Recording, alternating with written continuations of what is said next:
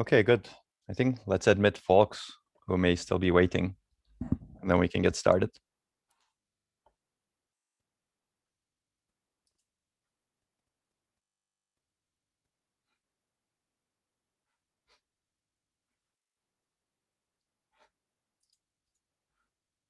Okay, cool. Okay, can people hear me? Yeah, I see some reactions saying, yes, that's good. Okay, cool. I think we can get started then. Okay, welcome to lecture 10. This lecture is going to take part in two sub-lectures. We're going to first continue instruction set architectures that we started yesterday and finish it. There's a lot to cover in instruction set architectures, actually. It's a fascinating topic, the hardware-software interface. And we will revisit part of it later, but we're not going to be able to cover a lot of trade-offs related to instruction set architecture since it's an introduction course. So I'm going to give you some pointers to some other lectures that you can potentially study if you're really interested in learning further about instruction set architectures. And there's a lot of historical information about this also. And then we will, in lecture 10B, we will give a quick overview of assembly programming. Let's see how much time will be left for that. Just as a reminder, you have some assignments to do until April 5th, as you know, and this is what we were covering. Yesterday, we covered the von Neumann model and talked about instruction set architectures and an example of a von Neumann machine, LC3. Today, we will essentially continue that and go into a bit more detail and talk about assembly and programming as well. And then next week, we're going to jump into microarchitecture in more detail. Okay, these are some readings that I would recommend you take a look at to get further information or to reinforce what we learn in class. Okay, recall this slide. We basically said this is what we were going to cover, and we covered a good chunk of this, but we're going to continue covering essentially this today, looking into the software hardware interface as well as the microarchitecture. And recall yesterday we talked about 5 components of the von Neumann model, and we're going to continue looking at those components in some detail. And recall that we also talked about 2 key properties of the von Neumann execution model. Remember that we need an execution model to process instructions in order to build a computer. Neumann was one of the first to propose one of those execution models, and it's a very fundamental execution model that he and his co-authors have proposed that has been extremely successful. As I said, all major instruction set architectures today are based on the von Neumann model. And the 2 key properties are the stored program computer. Instructions are stored in memory together with data, and sequential instruction processing. Essentially, instructions are processed in sequential order. And this helps the programmer to write programs and expect a sequential execution from the machine. And recall that we also talked about programmer visible architectural state. And this is also very critical for the von Neumann model. This is what gets exposed to the programmer, memory, program counter, and registers. These are the major chunks. Of course, there are other things that may be exposed depending on the ISA. Essentially, anything that gets exposed to the programmer from the underlying machine is the programmer visible state. If some register inside the machine is not visible to the programmer, then it's not programmer visible clearly, and the machine can do anything it wants with it. But whenever the machine is writing to these registers, memory, and program counter that's visible to the programmer, it should be very careful. It should not do something that is not dictated or expected by the programmer. Okay, we will see more of that later on. And recall that we covered the basic microarchitecture of a von Neumann machine, LC3, which looks like this. We went through actually each of these components yesterday. It looks busy right now, but we went through each of them one by one. And we're going to go through this machine again, and maybe go into a little bit more detail into these components as well in this lecture. Okay, and also recall the instruction processing cycle. Remember that we said instruction processing happens in phases, and there are 6 phases: fetch, decode, evaluate address, fetch operands, execute, store result. You do all of this for one instruction, and then you fetch the next instruction. And then you do all of this for the next instruction, and then you fetch the next instruction. Basically, you keep doing this. And remember that this has nothing to do with clock cycles. This process, this entire instruction processing cycle can take multiple machine clock cycles. So those are different. Or it can take a single machine clock cycle. We will talk about that next week, actually, whether it takes single cycle, multiple cycles, what are the trade-offs associated with it, etc. And we also said that not all instructions have all the phases. For example, an add operation in LC3B or MIPS doesn't have the evaluate address phase because it has no memory address to evaluate, right? Okay, now this is where we stopped yesterday, LC3 and MIPS instruction set architectures. I gave you a very quick overview to jog your memory. We're going to continue our exploration of these two instruction set architectures. And while doing so, I'm going to hopefully give you some fundamentals about instruction set architectures, as well as we will briefly talk about some trade-offs, but we will not go into a lot of detail in trade-offs. So we defined instruction set yesterday. Basically, it's the vocabulary of the computer, right? As we discussed, it's a set of instructions that is exposed to the programmer that could be used to program the computer. And the instruction set defines each instruction, essentially. It defines the opcodes and the format of the instruction, data types that are used by the computer or interpreted by the computer, and the addressing mode, how you calculate addresses for different instructions. And remember, we discussed add operation and load register operation. Those are our first examples. Now we're going to go into a little bit more detail. So add looked like this, for example, in LC3. And load register looked like this, basically. And remember that add uses the register mode, addressing mode, which means that you take a source register 1, add it to source register 2, and write the result into destination register. In this case, source register 1 is register 1, source register 2 is register 2, and destination register is register 0. And so opcode is 1 in LC3.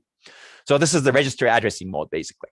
LDR, load register, uses the base plus offset addressing mode, which is you take the value inside the base register 0, in this case, add to it an offset 4, and go to memory in that address, take the data in that location in memory, and put it into the destination register 3.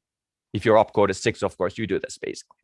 This is, again, a kind of review, but important review because we're going to continue with similar instructions today.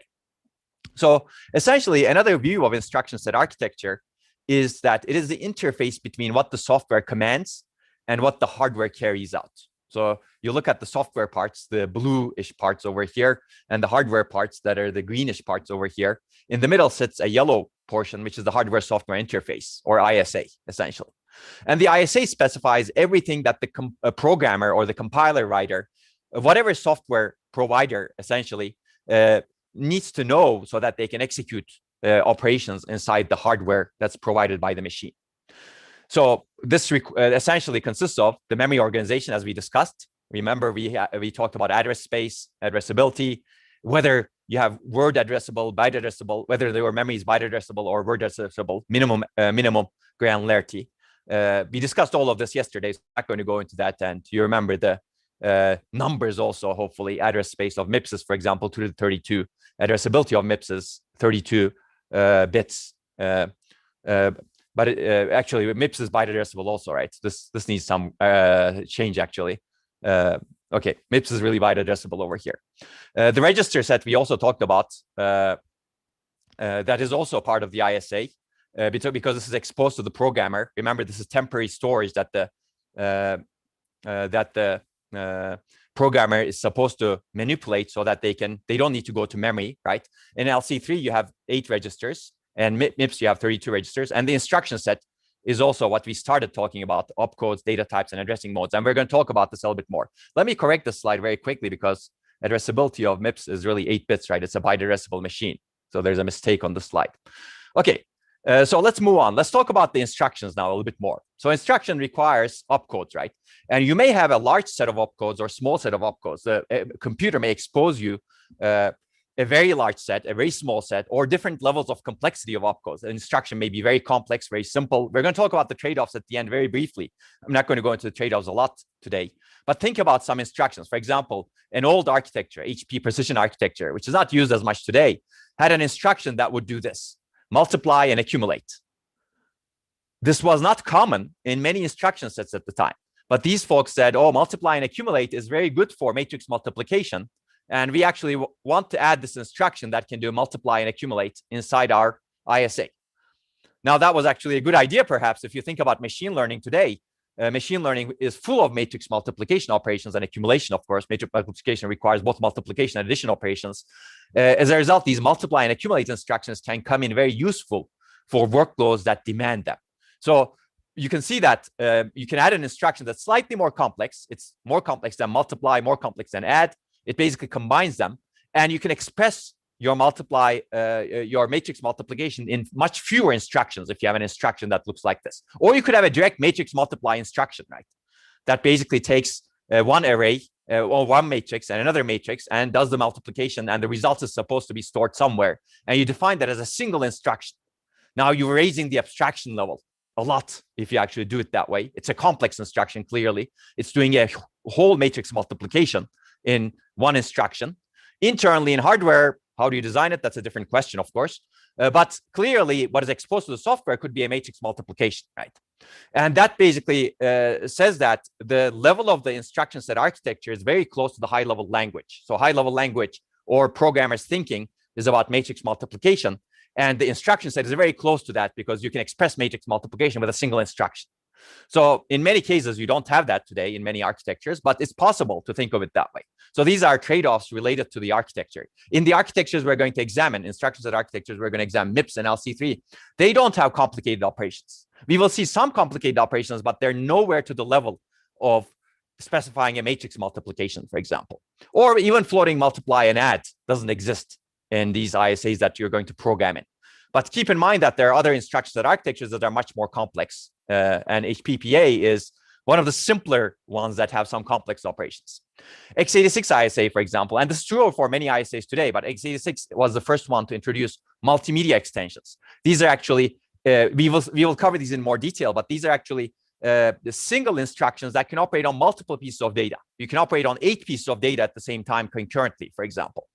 And this was helpful in image processing applications. Later, they basically introduced a streaming SIMD extension and later advanced vector extensions, which were all evolved from MMX. Later, when we talk about single instruction multiple data architectures, we will see that these are actually single examples of single instruction multiple data operations. And these are more sophisticated than what we will cover today and what we will see in your labs. But keep in mind that you could actually express these things. And GPUs are another example, as we will see later on. One of the most complicated instruction set architectures that are very close to the high-level language, VAX ISA, virtual address extensions, that's the name, basically. It had an opcode instruction to save all information of one program to memory before switching to another program.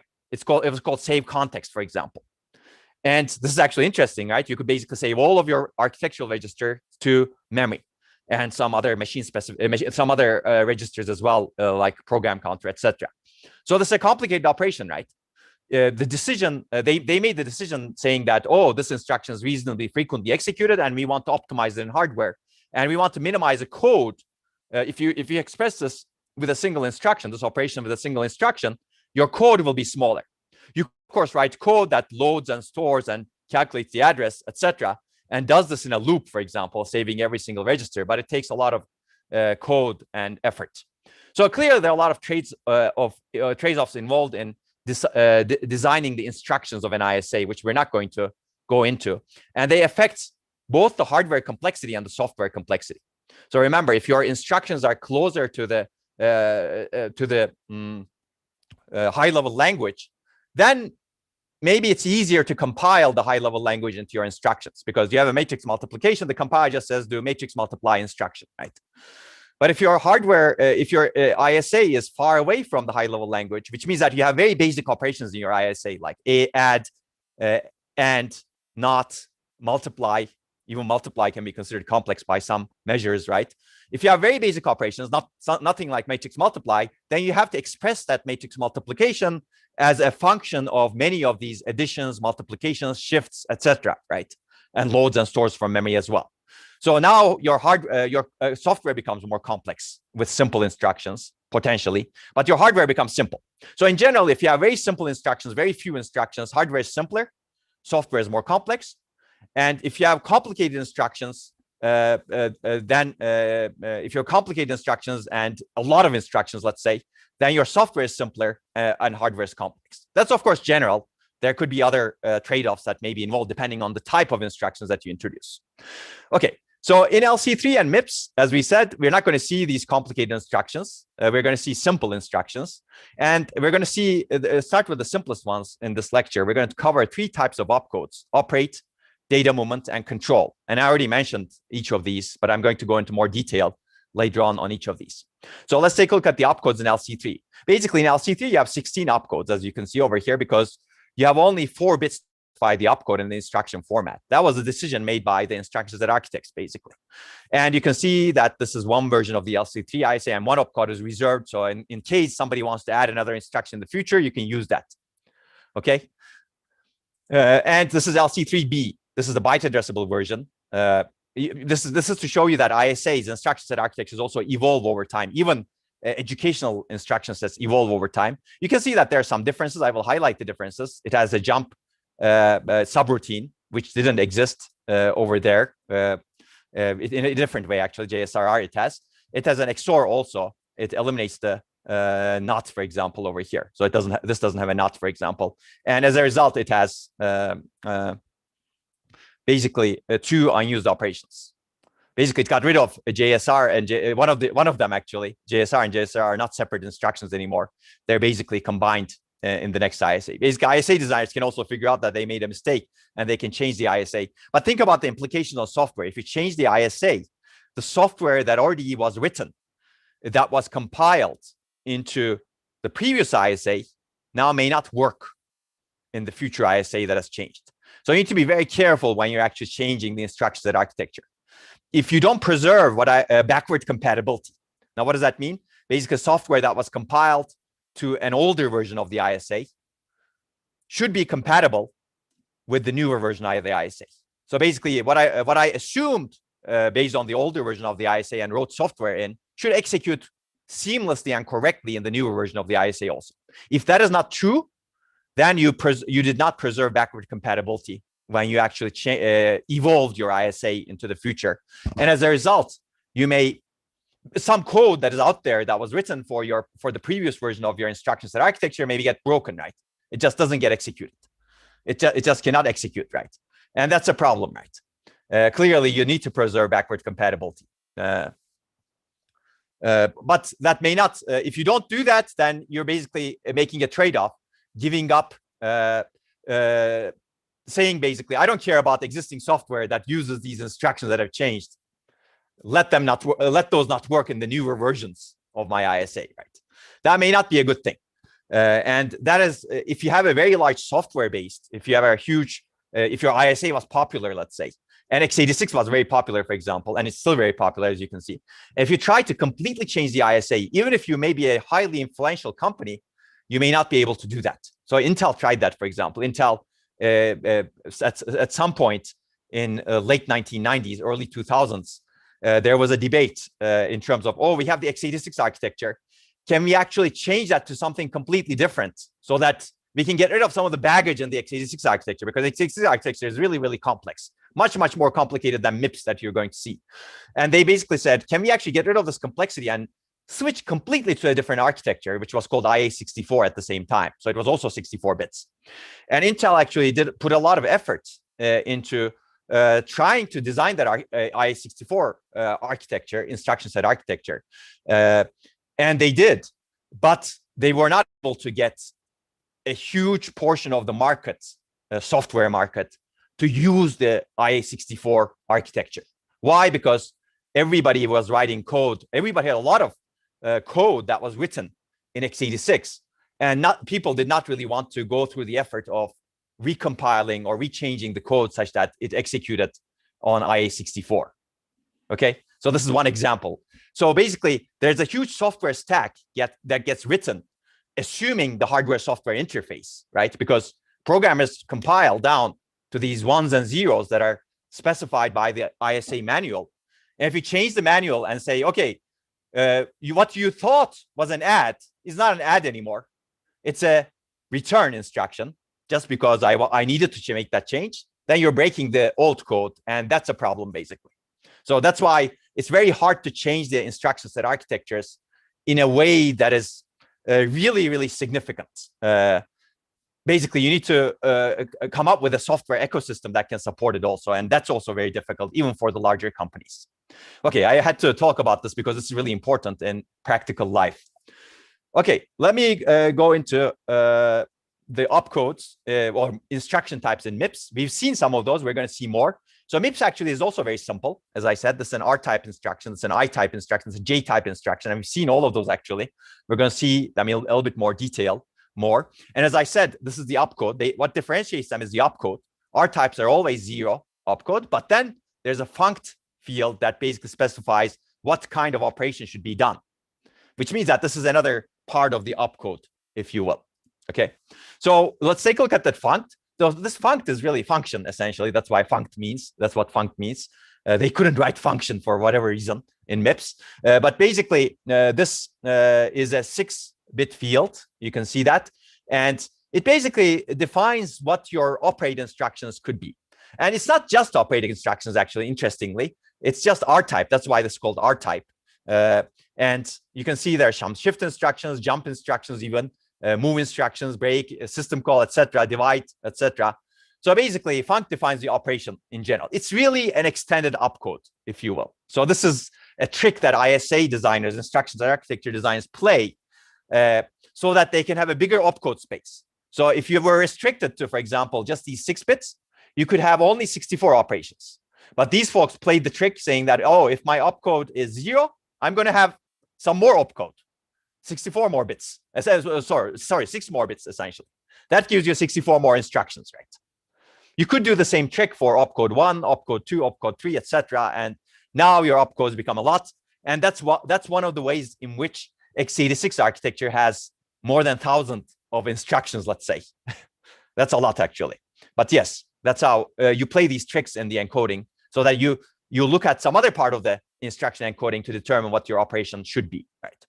Okay, so these are interesting tricks, which we will not necessarily go into, but I want to attract your attention to. You can see that not all of the funct fields are used in this MIPS architecture. You can see that even though you could specify 64 of them, they don't specify every single one of them in this case. And you can find the complete instructions in appendix. Okay, that was opcodes and instructions. We're going to get back to this later at the end of this lecture, maybe, depending on how much time we have. And ISA also supports data types. So data type is very similar to data types you have in programming languages, right? Integer, floating points, or you could have an array, or you could have a linked list as a data type, potentially. You could have a tree as a data type. And all of these data types can potentially be supported inside the hardware interface as well. But of course, there needs to be a decision to be made by the instruction set architecture designers. What are the things that we support? And again, similar trade-offs exist over here. For example, LC3 is very simple. It supports only 2's complement integers in terms of the arithmetic data types. 2's complement will become more clear in this lecture, but we didn't cover it, but you can actually read it in your books. It's essentially one way of representing signed numbers such that addition and subtraction become easier. And 2's complement is a particular way of representing integers such that the integer its negated value, when you add them together, you get a 0. And the way you do it is basically the negated value of a value is taken by bitwise complementing the value and adding 1 to it. We will see this later on when we talk about subtraction and addition. But essentially, 2's complement is one way of representing signed integers, right? Okay, I already said this actually, but we're going to see it more. Essentially, negative of a 2's complement binary value x, if you have a value x, the negative of it is computed by doing bitwise not of x plus adding 1 to it. And if you do this, you can convince yourself that x plus minus x is equal to 0 in the representation that's given. Okay, MIPS supports, in addition, 2's complement integers, unsigned integers also. It doesn't. You can also treat some instructions treat integers as unsigned. They don't have to be signed. Basically, they go from 0 to some maximum value as opposed to minus some maximum value to plus some maximum value. And it also supports a format called floating point, which can enable the computer to process essentially operations with different levels of precision, right? 1.5678, for example, right? You could express that very easily with a floating point format, and it's very difficult to express as using integers. You have to do a lot of work to actually convert the integer to that value with a lot of instructions. So basically, the data types that you support make it easier or harder to implement high-level data types inside the architecture. So if you're using floating point operations, for example, in your matrix multiplication, If your instruction set architecture doesn't support floating point operations, good luck. You'll need to construct the floating point operations using, for example, these 2's complement integers in LC3. You need to figure out what is the fraction, what is the significant part of the operation, etc., and do all of that in software using very simple instructions. Whereas if you have a floating point operation, that's easier. Right? Again, there are many trade-offs involved. What data types should be supported and what should not be. Again, that's the decision of the instruction set architect. But again, the decisions that are made over here are very much affect the software complexity and the hardware complexity as well. Clearly, if you support floating point, hardware becomes more complex. If you support, for example, a matrix and a matrix multiplication, that's essentially a data type, right? Matrix itself is a data type. Then you need to basically define it, and clearly hardware becomes more complex. But then the software becomes easier potentially because the software doesn't need to go through very simple operations like add, not, shift, multiply, etc. If you have multiply, to actually do the matrix multiplication. Okay, so hopefully this is clear. And as I said, data type trade-offs. What is the benefit of having more or high-level data types in the ISA? What is the disadvantage? I think I've already given you the high level. Think compiler, programmer versus the microarchitect, essentially. If you have data types that are closer to the high-level language, like matrices, vectors, and floating point data, for example, then you make it easier for the compiler and the programmer, but make it harder for the microarchitect. And again, this is also another example of the concept of semantic gaps. Semantic gap. Data types are coupled tightly to the semantic level or complexity of instructions. How close are instructions to high-level languages?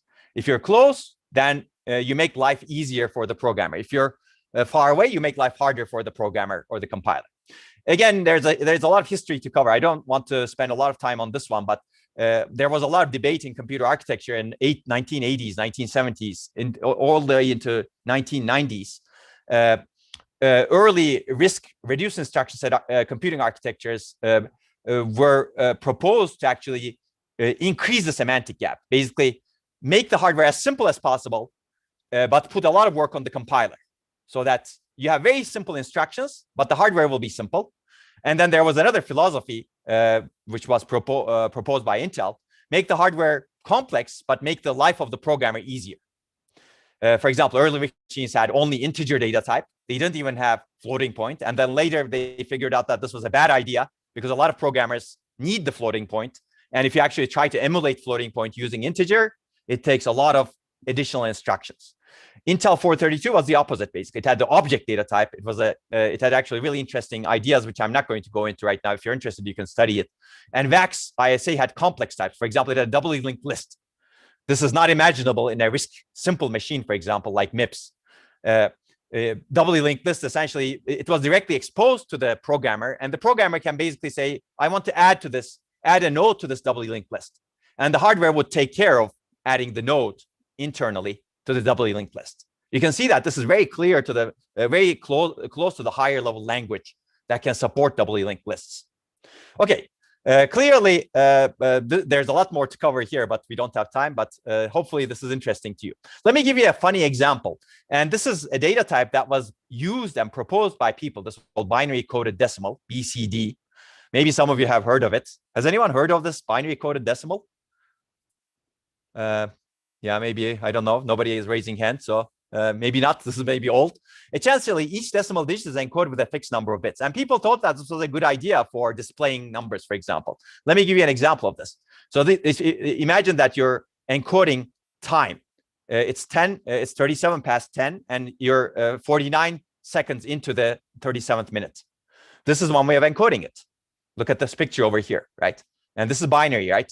The top digit, the bottom digit can take a value anywhere between 0 to 9 over here. And you basically have a binary encoding here, 4 bits, specifying 1, 2, 4, 8. In this case, none of the bits is set because it's 0. And then the top bit can be, in this particular case, it can be 1 or 2, I guess, right? In this case, it's 1. So you set this to 1. And if you look over here, 7 is encoded as 1 plus 2 plus 4. So you have these values as set. And 3 is encoded as 1 plus 2, as you can see over here. And then here, 9 is encoded as 1 plus 8. And 4 is encoded like this. So now you have a clock that looks like this. And actually, these things exist. You can buy them if you're interested. So you can represent 12, 15, and 45 seconds into the 15th minute using this binary coded decimal clock.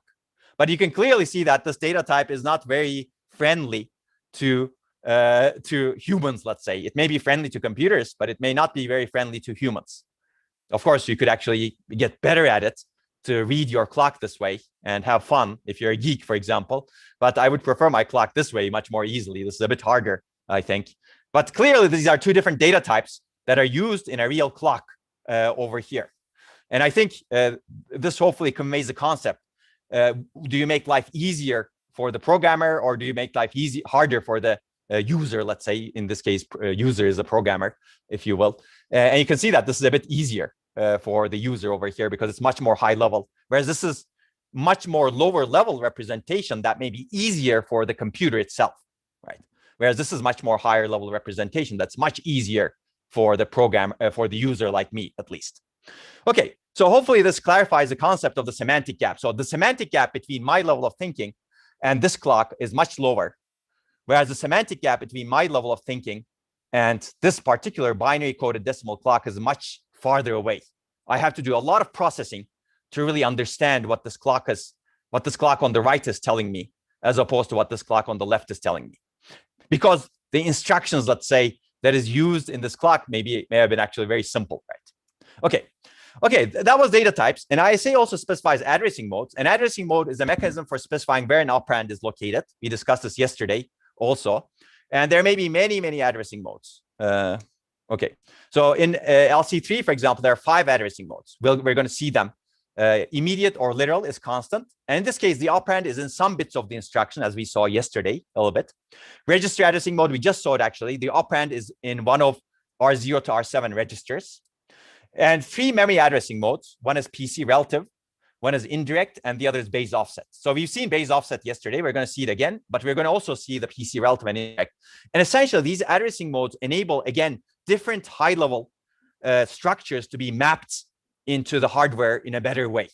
So for example, if you're doing pointer chasing, pointer access, linked list accesses, indirect addressing mode is going to be very useful because it's going to fetch a location from memory and use it as an address, and then take that address and again use it as an address so that you can access memory again with that address and then get the data. So basically, you do 2 memory accesses to get the data you want. The first one is to do the memory access to get the address from that location.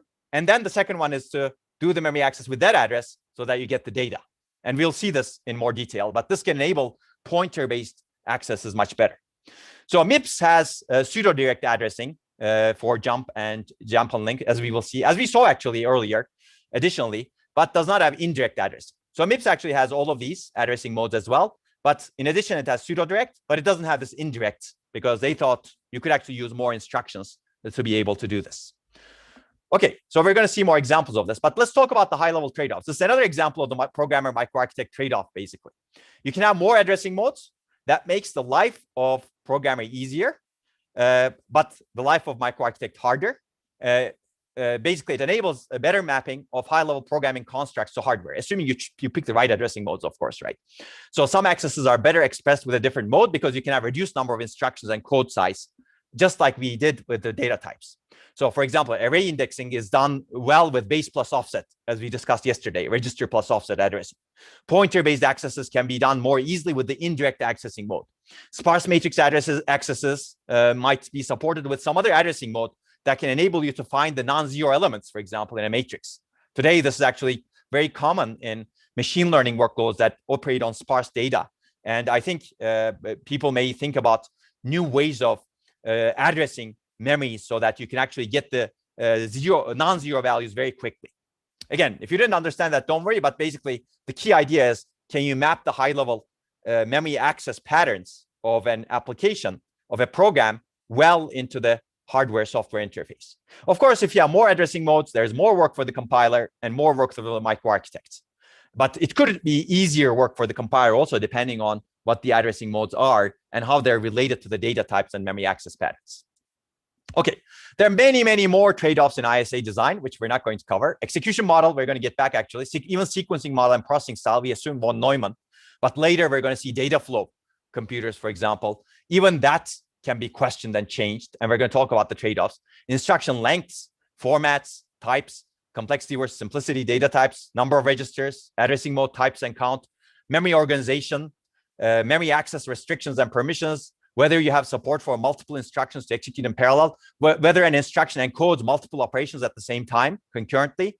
Those are all really interesting questions, which we're not going to tackle in this particular lecture, but later we actually will talk about some execution paradigms that use different types of ISAs for this purpose.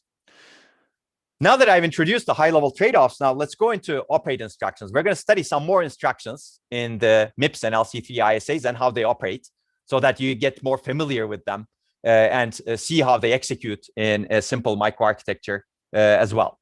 So operate instructions, I think we've introduced them multiple times by now. In LC3, there are 3 operate instructions. NOT is a unary operation, which means that it is a one source operand. It executes bitwise NOT, as expected, on a 16-bit value, because the word length, remember, in LC3 is 16 bits. Add and AND are binary operations. They have 2 source operands.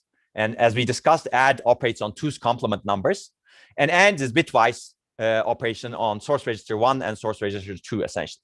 In MIPS, there are many more, as you have seen in the funct field earlier. Most of our type instructions are actually encode binary operations, add, AND, NOR, XOR, for example. And there are also I-type versions, meaning they have one immediate operand. So in addition to a register, so they basically do register plus immediate operation, as opposed to register plus register. So basically, instead of having 2 registers as source operands, they have 1 register as source operand and 1 immediate that comes from the instruction encoding as an operand. So let's take a look at these operations a little bit. And they also, of course, before I move, don't forget that MIPS also have floating point operations, which you're not going to use a lot in this class, but in real life, you may actually use a lot. Essentially, these are floating point operations that are called F-type. Okay, let's take a look at NOT in LC3. This is the simplest operation, a unary operation.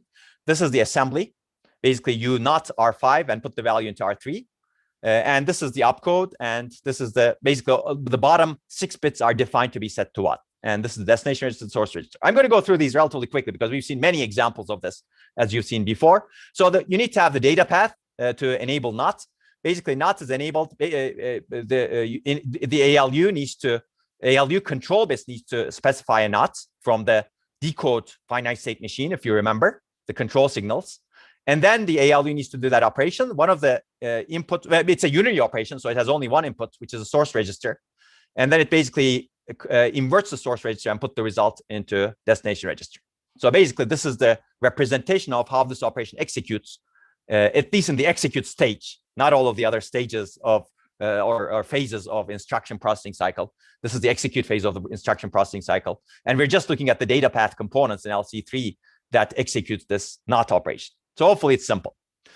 There's no NOT in MIPS, actually, interestingly, as I didn't show, but of course you may not have seen because we didn't comprehensively cover all of the operations in MIPS. How is it implemented? Anybody wants to share any thoughts? I know it's hard to actually do it over Zoom, but okay. Let me see if anybody says something. Okay, some people say use XOR. You could potentially use XOR. I don't know how you would do XOR. Think about it, but you're getting close. Somebody said NAND. Yes, you could use NAND. I would say NOR. So MIPS, I'm not sure if MIPS has now NOR NAND, actually. I think it has NOR. So basically, you could use NOR. You could basically input. You have NOR is a 2-input operation, right? And you basically let's say you want to take the NOT of register 1. Both of the inputs will be register 1, right? Okay, so hopefully that's clear. I don't know if you could do it with XOR, but I didn't think about it also. So think about it if you can do it with XOR. Okay, let's move on. So operate instructions, we're already familiar with LC3's add and AND, clearly, with register mode. And these are similar to R-type instructions in MIPS. So now we're going to look at operate instructions with one literal. Immediate value, this is also called immediate, literal values. Basically, here the operand is not a register, but a field, a portion of the instruction encoding, basically, as we have also seen quickly earlier. But essentially, subtraction is another necessary operation. We're going to look at an example of subtraction as well. How is it implemented in LC3 and MIPS? Let's take a look at that. So let's take a look at operate instructions with one literal in LC3. So we're going to look at add and end. So basically, if you want to add source register to some immediate value, this is how you would encode the instruction. This 1 specifies whether the value here, the part here, should be interpreted as an immediate or a register. If this is 1, the bottom 5 bits of the instruction add and end should be interpreted as immediate. If it's 0, it should be interpreted as a register over here, as we have seen earlier. Okay, so op is operation, add is 0001. And if op is 0001, and this is 1, as you can see over here, what this instruction semantically specifies is source register 1, the value in source register 1 should be added to immediate 5, sign extended to 16 bits, meaning if this is a positive value, it should be positive. If it's a negative value, it should be negative. That's what sign extension means. You take a 5-bit value and extend it to 16-bit value, preserving the sign of the value. And you add those two values and store the result in destination register. So hopefully that's clear, right? And is very similar. In this case, source register 1 should be ANDed with the sign extended value of this 5-bit immediate. Okay, so basically, as opposed to having a source register 2 over here, we're replacing it with a sign extended immediate 5, right? Based on the value of this bit over here. Okay, so source register 1, clearly destination register, we already discussed that. And immediate 5 is a literal or immediate, but it's used by sign extending it to 16 bits. Okay, so this is the assembly and machine code for add with immediate. As you can see, this is another add. You basically add R4 to -2 over here and store the result in R1. Okay, and this is the machine code. And this is how it works inside the data path. Basically, part of the value, the immediate value comes from, immediate value comes from the instruction register. There's a sign extension module in hardware that sign extends to 16 bits. And then you either choose this or a source register 2. And if the bit 5 in the instruction is 1, you can see that, then you choose a sign extended value because that's what the instruction says. This is how actually the control of the mux is done, multiplexer is done. And then basically the other operand of add is always source register 1 in this case. So basically you add source register 1 plus sign extended immediate 5 from the instruction if this bit is 1 in the instruction, bit 5, and store the result into the register ID that's specified by DR, destination register, which is R1. And source register is 4 in this case. So basically you can see that you need the inputs to the decoders of the register file for source register 1 and destination register should use fields coming from the instruction as well, right? We don't show that over here, but that's how it should be. Okay, so let's take a look at the data path also for the LC path, LC3. This is an extended data path, so there's a lot more information over here actually. So if you look over here, this is the sign extension components. It comes from the instruction register. So basically it's the instruction register. Okay, I occluded that. This is the bottom 5 bits of the instruction register, sign extended, that goes into this SR2 mux. And then basically you can see that that gets input into the ALU, and ALU specifies what operation should be done based on, again, the instruction. So there's a very good question that I just saw. What if the immediate is given is greater than 2 to the 5? Essentially, you cannot represent it. You cannot do it. You cannot represent it as part of the instruction because the instruction doesn't allow you. And that's the downside. So you need to somehow put it in a register, basically. You need to somehow stuff the value in a register, construct the value somehow, put it in a memory location, load it, etc. There are many, many options. Immediate is very useful if it's smaller than what can be specified. Okay, very good question. Okay, so in MIPS, it's very similar. I'm going to go through this relatively quickly. Basically, you have I-type MIPS instructions. You have 2 register operands and an immediate. And some operate on data movement instructions also have this. Essentially, it looks like this. In a sense, it's very similar, right? So you have the opcode, and you have a 16-bit immediate right now. It's bigger immediate because your instruction format is bigger, right? 32 bits. So opcode specifies the operation. RS is a source register. RT is a destination register in some instructions, depending on the instruction. Add-I, for example, is an add with immediate and load. But RT is source register in some other instructions, which is interesting in MIPS, but that's the instruction encoding, basically. Like in store word, it's the source register. And immediate is literal or immediate. So a MIPS assembly of add immediate looks like this. It basically says add the value in register S1 to this immediate 5 that's stored in the instruction and store it into S0. That's the idea. And again, this is sign extended. You basically store a 16-bit value and sign extend to 32 bits because remember the word length in MIPS is 32 bits, right? And the machine code looks like this, and you can convince yourself that that's hopefully true. So let's take a look at subtract in LC3. So subtract doesn't exist in LC3, but you can do it using add, right? So a MIPS assembly looks like this, let's say.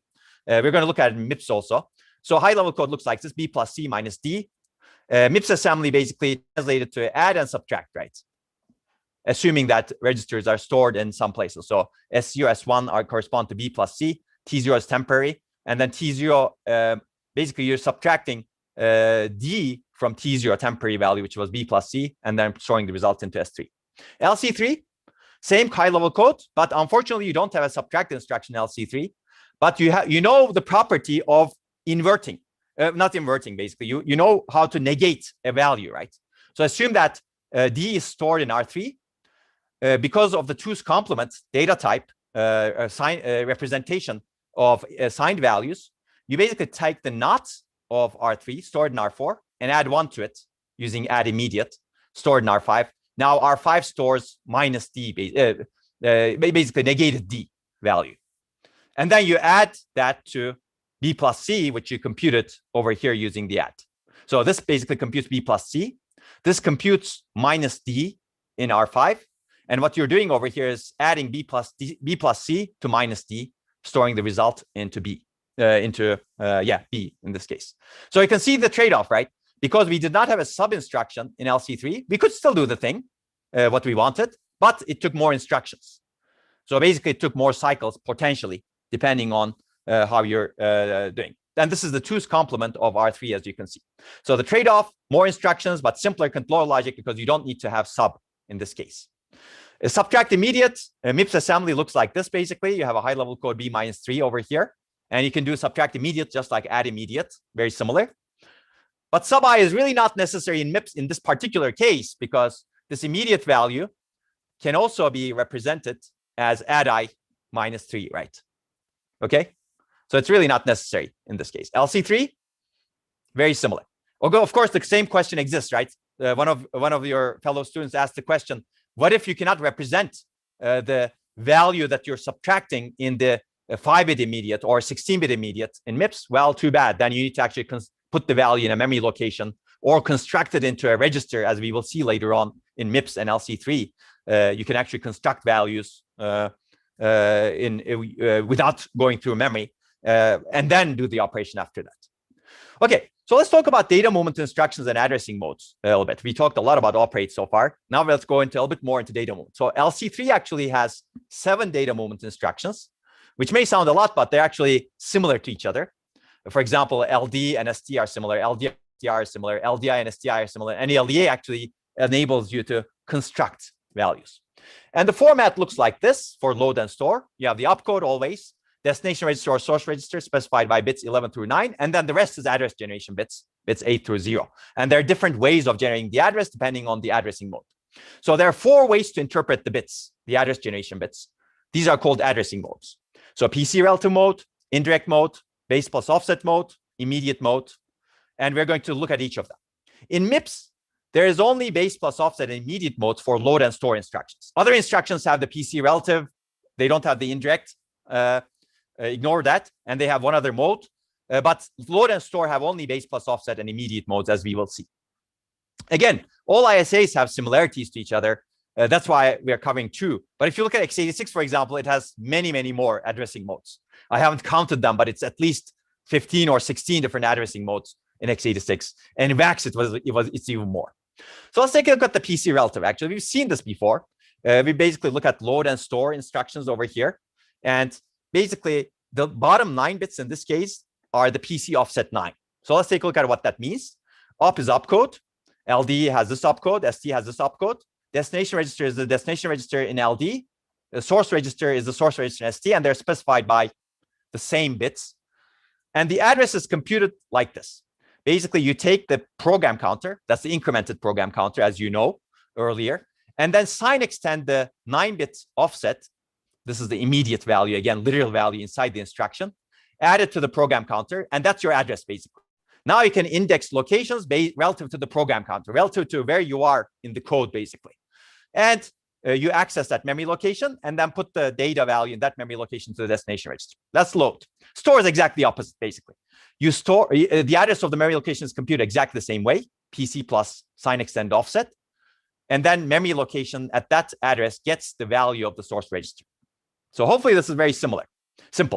And let's take a look at the assembly and machine code of this. So assembly looks like this in LC3. Basically, this is the source register, this is the destination register for load, and this is the PC offset. You specify a 9-bit offset over here, and clearly this is a load. And this is what the field values look like. This is what the machine code looks like. Now let's take a look at how this gets executed. Again, it's very similar. So now you have an address adder. So basically, first you need to calculate the address. So you take the program counter that's incremented. Remember, that's a part of the data path. Add to it sign extended 9-bit offset.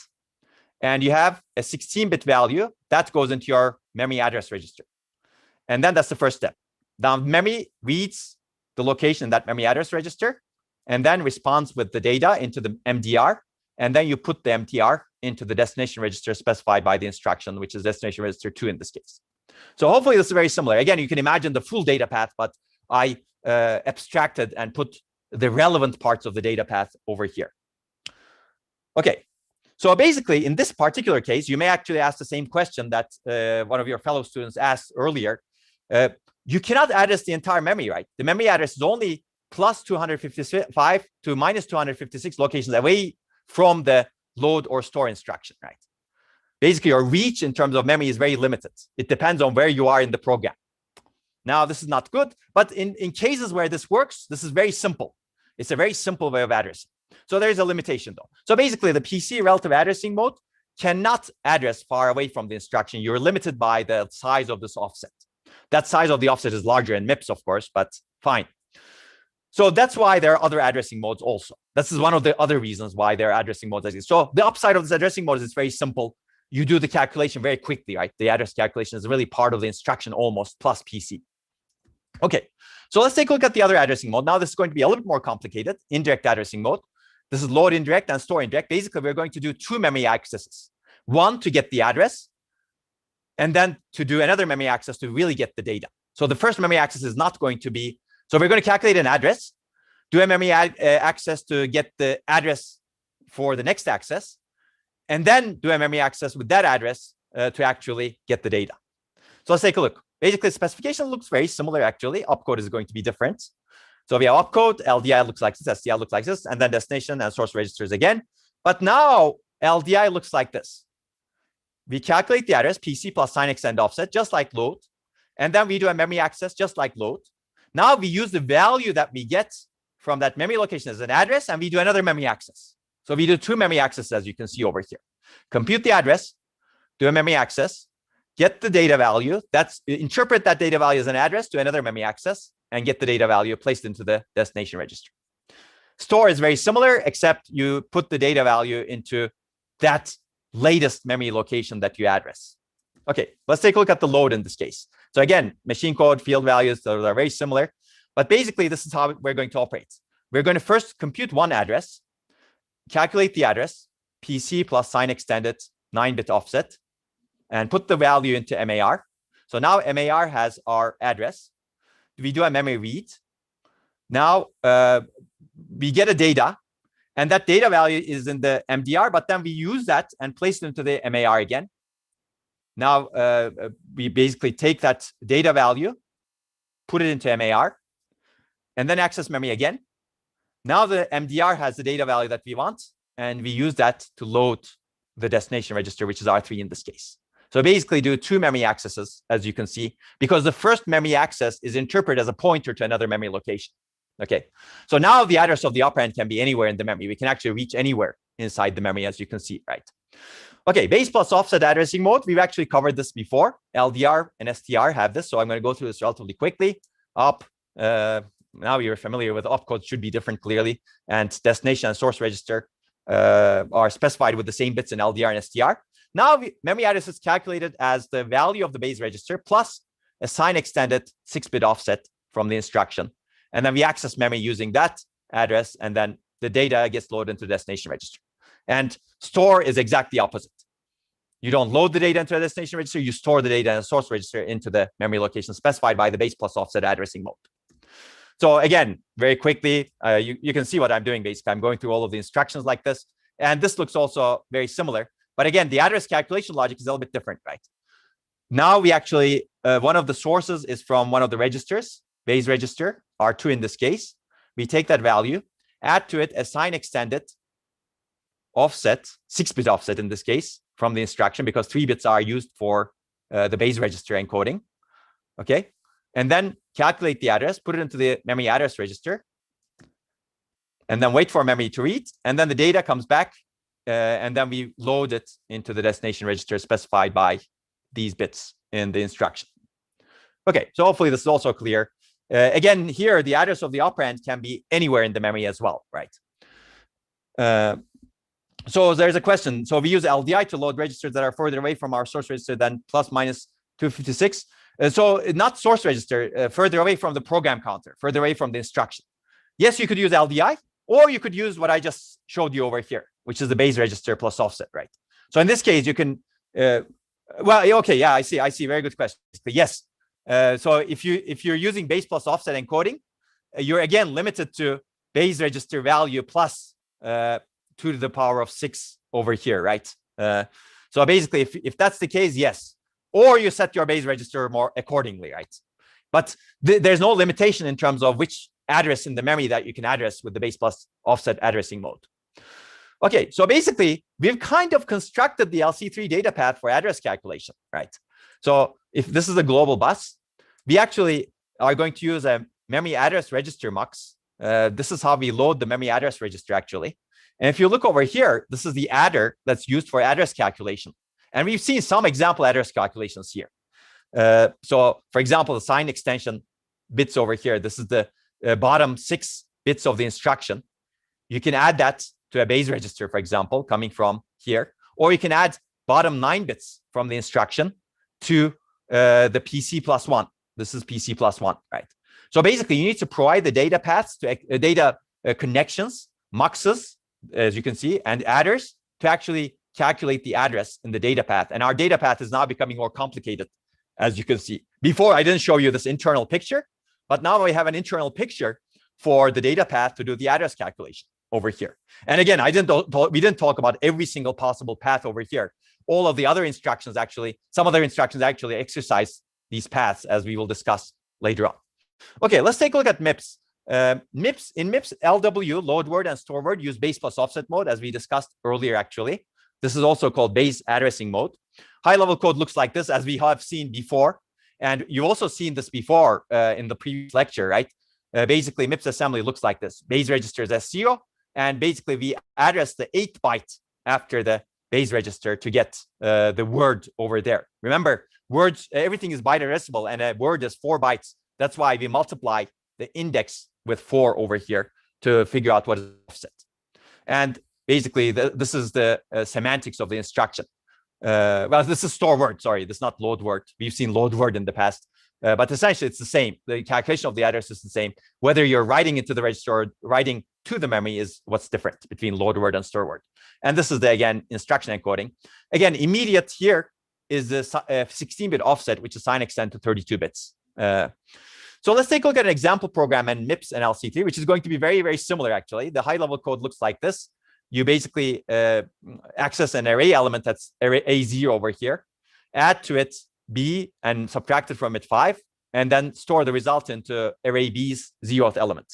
Okay, so MIPS registers we're going to allocate as follows, as like this. You can follow it in the picture over here. Okay, MIPS assembly basically will look like this. First, we're going to load with base plus offset addressing the A0 into T0.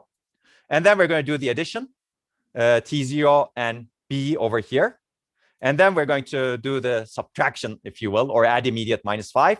And then we're going to store the resulting value T2 into base plus offset addressing mode, using the base plus offset addressing mode to the first element of B0. Okay, LC3 assembly looks very similar, basically. It's not much difference, as you can see over here, except for the notation, if you will. There's not much difference. I'm not going to go through this, but load word is LDR, add is add, except LC3 doesn't have an add I. It basically uses the same add operation. But in an assembly mnemonic, you can actually change that to add I also. And SW turns into STR. Registers are also, of course, different. But again, offset addressing mode is very fundamental to many, many ISAs, as you can see over here. Let's talk about immediate addressing mode as well. This is going to be how we construct values. This is called load effective address. It's a bit unfortunate naming, let's say, but you will see what it does soon. Basically, it looks similar to some other operations, but the opcode is different. And we have a destination register. And essentially, this is what it does. It doesn't access memory. It basically loads the destination register with the following value: PC, incremented PC as usual, plus sign extended offset, 9-bit offset from the instruction, bottom 9 bits of the instruction. So basically, difference from the PC relative addressing mode is we don't access memory over here. So LEA actually constructs an address and loads it into a register, but it doesn't access memory. So the purpose could be, for example, address manipulation over here. You may want to manipulate addresses so that you can decide where you want to access in memory later on, right? So that's one purpose. Another purpose could be constructing some value that you may want to use later on. Essentially, we do not access memory in the fetch operand stage over here. We just construct an address and place it into the destination register. That's why it's called load effective address. And you may see later programs that we use. So this is the assembly and machine code. I'm going to go through this relatively quickly again. And this is what it looks like. There's no memory access involved, as you can see. You take the incremented PC, add to it the sign extended 9-bit immediate. After sign extension, it becomes 16. And then the result goes into the destination register. Okay, now this is this is in the LC3 data path somewhere that you can find. Actually, it's here, right? Okay, wait, let me actually go back over here. So this sign extended 8 bits. So it basically goes through here and you write into the destination register. So it's an interesting path over here. It's actually interesting to figure out where it goes through. So you have the sign extended 8 bits, 9 bits. You have to select that one, add to it the PC plus 1, which comes from essentially here, and then take the value through the MAR mux, gate MAR mux, and put it into the register file. So that's the data path you need to follow to actually write the data into the register file. So you'll become an expert in following this later on. So I'm doing this very quickly so that I can give you an idea of, you have to have the data path for every single instruction, but don't worry about it if you're not fully following it. You're going to do a lot of exercises related to this. Let me also tell you about the immediate addressing mode in MIPS. In MIPS, load upper immediate, an instruction loads a 16-bit immediate into the upper half of a register and sets the lower half to 0. This is how you can construct a value that's larger than some immediate value that you can encode in an add instruction, for example. So it is used to assign a 32-bit constants to a register. Let's take a look. So let's assume that your high-level code is like this. I want to generate this number, 32 bits, and assign it to a variable. MIPS assembly looks like this. Essentially, you have this load upper immediate instruction, which loads the upper 16 bits of S0 with 6D5E, which is the top 16 bits of this value. And then you can OR immediate S0 such that with a 16-bit value, such that you can set the bottom 16 bits. Hopefully that makes sense. So basically, you construct the 32-bit value by loading upper immediate, upper 16 bits using the LUI instruction. And then you set the bottom 16 bits using the OR instruction, or immediate instruction. Okay, so this is an addressing example in LC3. I'm not going to go into detail. Actually, I'm not going to go at all here. This is for your benefit. And I would recommend you actually go through this so that you really understand how things go. I'm just going to give you an example of how you should go about looking into it.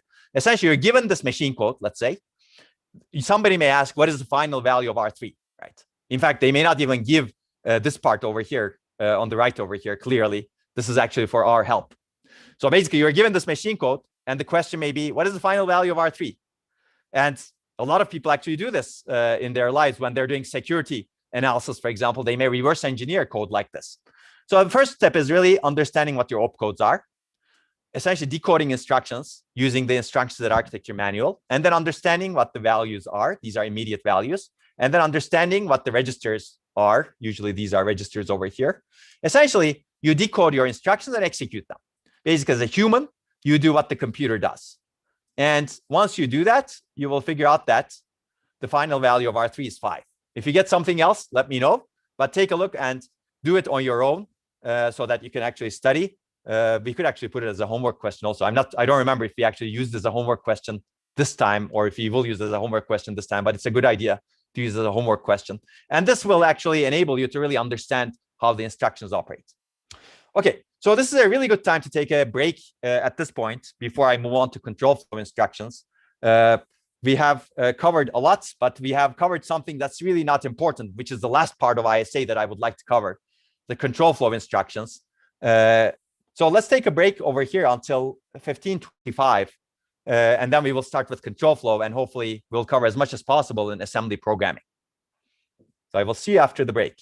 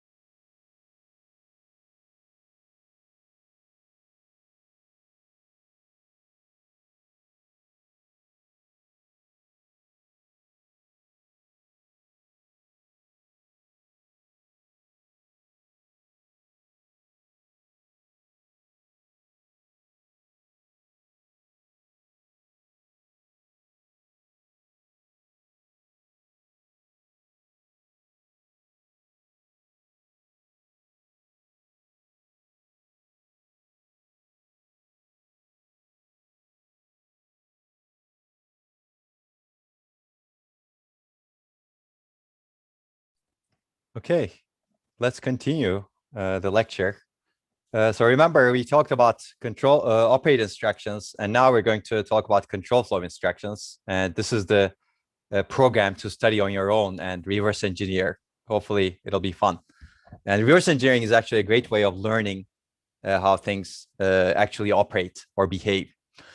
Okay, so let's talk about control flow. Remember that these instructions allow a program to execute a sequence out of the sequential order. And these consist of conditional branches and unconditional jumps. So control flow could be unconditionally changed or conditionally changed depending on some condition. Conditional branches are used to make decisions, for example, the if-else statement, or to enable loops. In LC3, we use condition codes, as we will describe in a little bit. There are 3 condition codes, positive, negative, or 0. And depending on the condition code you're testing, the conditional branch is taken or not if the condition code is set, if the tested condition code is set. Jumps, on the other end, are used to implement loops and function calls. You can have basically you have the JMP in LC3 and J in MIPS, which we have seen at the end of yesterday's lecture. Now let me introduce condition codes to describe conditional branches in LC3. So condition codes, for example, don't exist in MIPS. We're going to see a different way of handling, but they do exist in x86, for example. x86 ISA has condition codes, and LC3 also has condition codes. So they're one way of really implementing conditional branching in an ISA. Different ISAs tackle it differently. So it's important that you learn both ways of doing it, I think. So for example, in LC3, each time one general purpose register, R0 through R7, is written, 3 single-bit registers are updated based on the value that's written to the general purpose register. So each of those condition codes are set to either 1 or cleared. And they're basically 3 condition codes, N, Z, P. And if the value written to the register is negative, N is set, Z and P are cleared. If the written value is 0, if you're writing a 0 to the destination register, Z is set, N and P are cleared. And if the written value is positive, P is set, and N and Z are cleared. So hopefully it's obvious. Basically, it specifies, these condition codes specify what was the value that was written to the destination register with the previous instruction that wrote to it. Is it negative? Is it 0? Or is it positive? And now you can take a branching decision based on that, right? And x86 and Spark are examples of ISAs that use condition codes. And MIPS clearly does not use condition codes, right? Okay, so conditional branches in LC3, let's take a look at one example. So BRZ is branch if 0. It tests the Z condition code, basically. And if the Z condition code is set, it basically takes the program counter to a value. So the question is, how do you determine that program counter value? So this is the opcode. These are 3 bits that are supposed to be set depending on which condition code you're testing. If it's BRZ, you set Z bit to 1, and N and P are zeros over here because you're supposed to test the Z condition code. And PC offset 9 should specify the target address of the branch. What should the program counter be changed to if this branch is taken? Okay, so basically these NZP bits in the instruction encoding specify which condition code is tested. It could be multiple of them. You could actually set all of them, as we will discuss later on. These are instruction bits to identify condition codes to be tested, small NZP. Large NZP are actually the condition codes in the machine, and essentially the values of the corresponding condition codes. So PC offset 9 is very similar to what we have seen before. This is the 9-bit offset, immediate or constant value. Now, let's take a look at the specification of the instruction over here. If the N condition code is set, and if you're testing the N condition code and the N condition code is set, or if you're testing the P condition and the P condition code is set, or if we're testing the Z condition and the Z condition code is set, then PC should get PC current value, incremented value, plus sign extended 9-bit offset. So basically, this is how you calculate the target address. PC incremented already, plus sign extended 9-bit offset, right? That's the target address of the branch. And you change the program counter to the target address only if the condition code you're testing is set to 1, which is true, right? And you could be testing any of the 3 condition codes. So this is the most general form. This particular branch is testing the Z condition code. So the Z is set to 1, and it will change the PC to this target value only if the Z condition code is set. It doesn't care whether any condition code is set or not, because it's really testing the 0 value, whether that's the previous value that was written to the register was 0. So there are many, many variations of it, as you can see. In fact, there are 9 variations. You could have branch N, Z, P. Okay, you could basically test multiple different combinations of test condition codes, which makes it really powerful. So BR and ZP is actually, think about what you're doing over here. You're testing all of the condition codes, which means that it's unconditional, right? Because the previous value that's written to a register cannot be, must have set at least one of the condition codes. Well, in fact, exactly one of the condition codes, I should say, not at least, exactly one of the condition codes. And if we're testing all of them, this is really an unconditional branch at this point. Okay, we'll see that again later. So BRZ looks like this, basically. You're jumping, this is an assembly code. This is the offset, 9-bit offset over here that's provided. And this is how it works, basically. A Z bit is set over here. So essentially, we're testing the Z condition code. If Z condition code is set, then this will evaluate to a yes, meaning that yes is controlling the PC, whether PC is going to be loaded, right? And then what PC is going to be loaded with is going to be PC, incremented PC, plus sign extended 9-bit offset, which is this one over here. And then that will be put into the program counter. And this yes means that you're going to update the program counter, meaning enable the writing of the program counter with the correct value. As we will see later, there's some complication over here, which I'm not describing right now. But basically, yes means that PC should be updated with this particular value over here, as opposed to PC plus 1, let's say. Okay, so there are 2 cases over here that are kind of interesting. What if the bits in the instruction are all 1? N and Z and P are all equal to 1, meaning you're testing all of the condition codes, meaning you have branch and ZP. This means that you're unconditionally branching because at any given time in the machine, exactly one of these condition codes is set, because whenever you write to a register, these condition codes is set, and the last write to the register must produce a value that's either negative, 0, or positive. There's no other way around it, basically.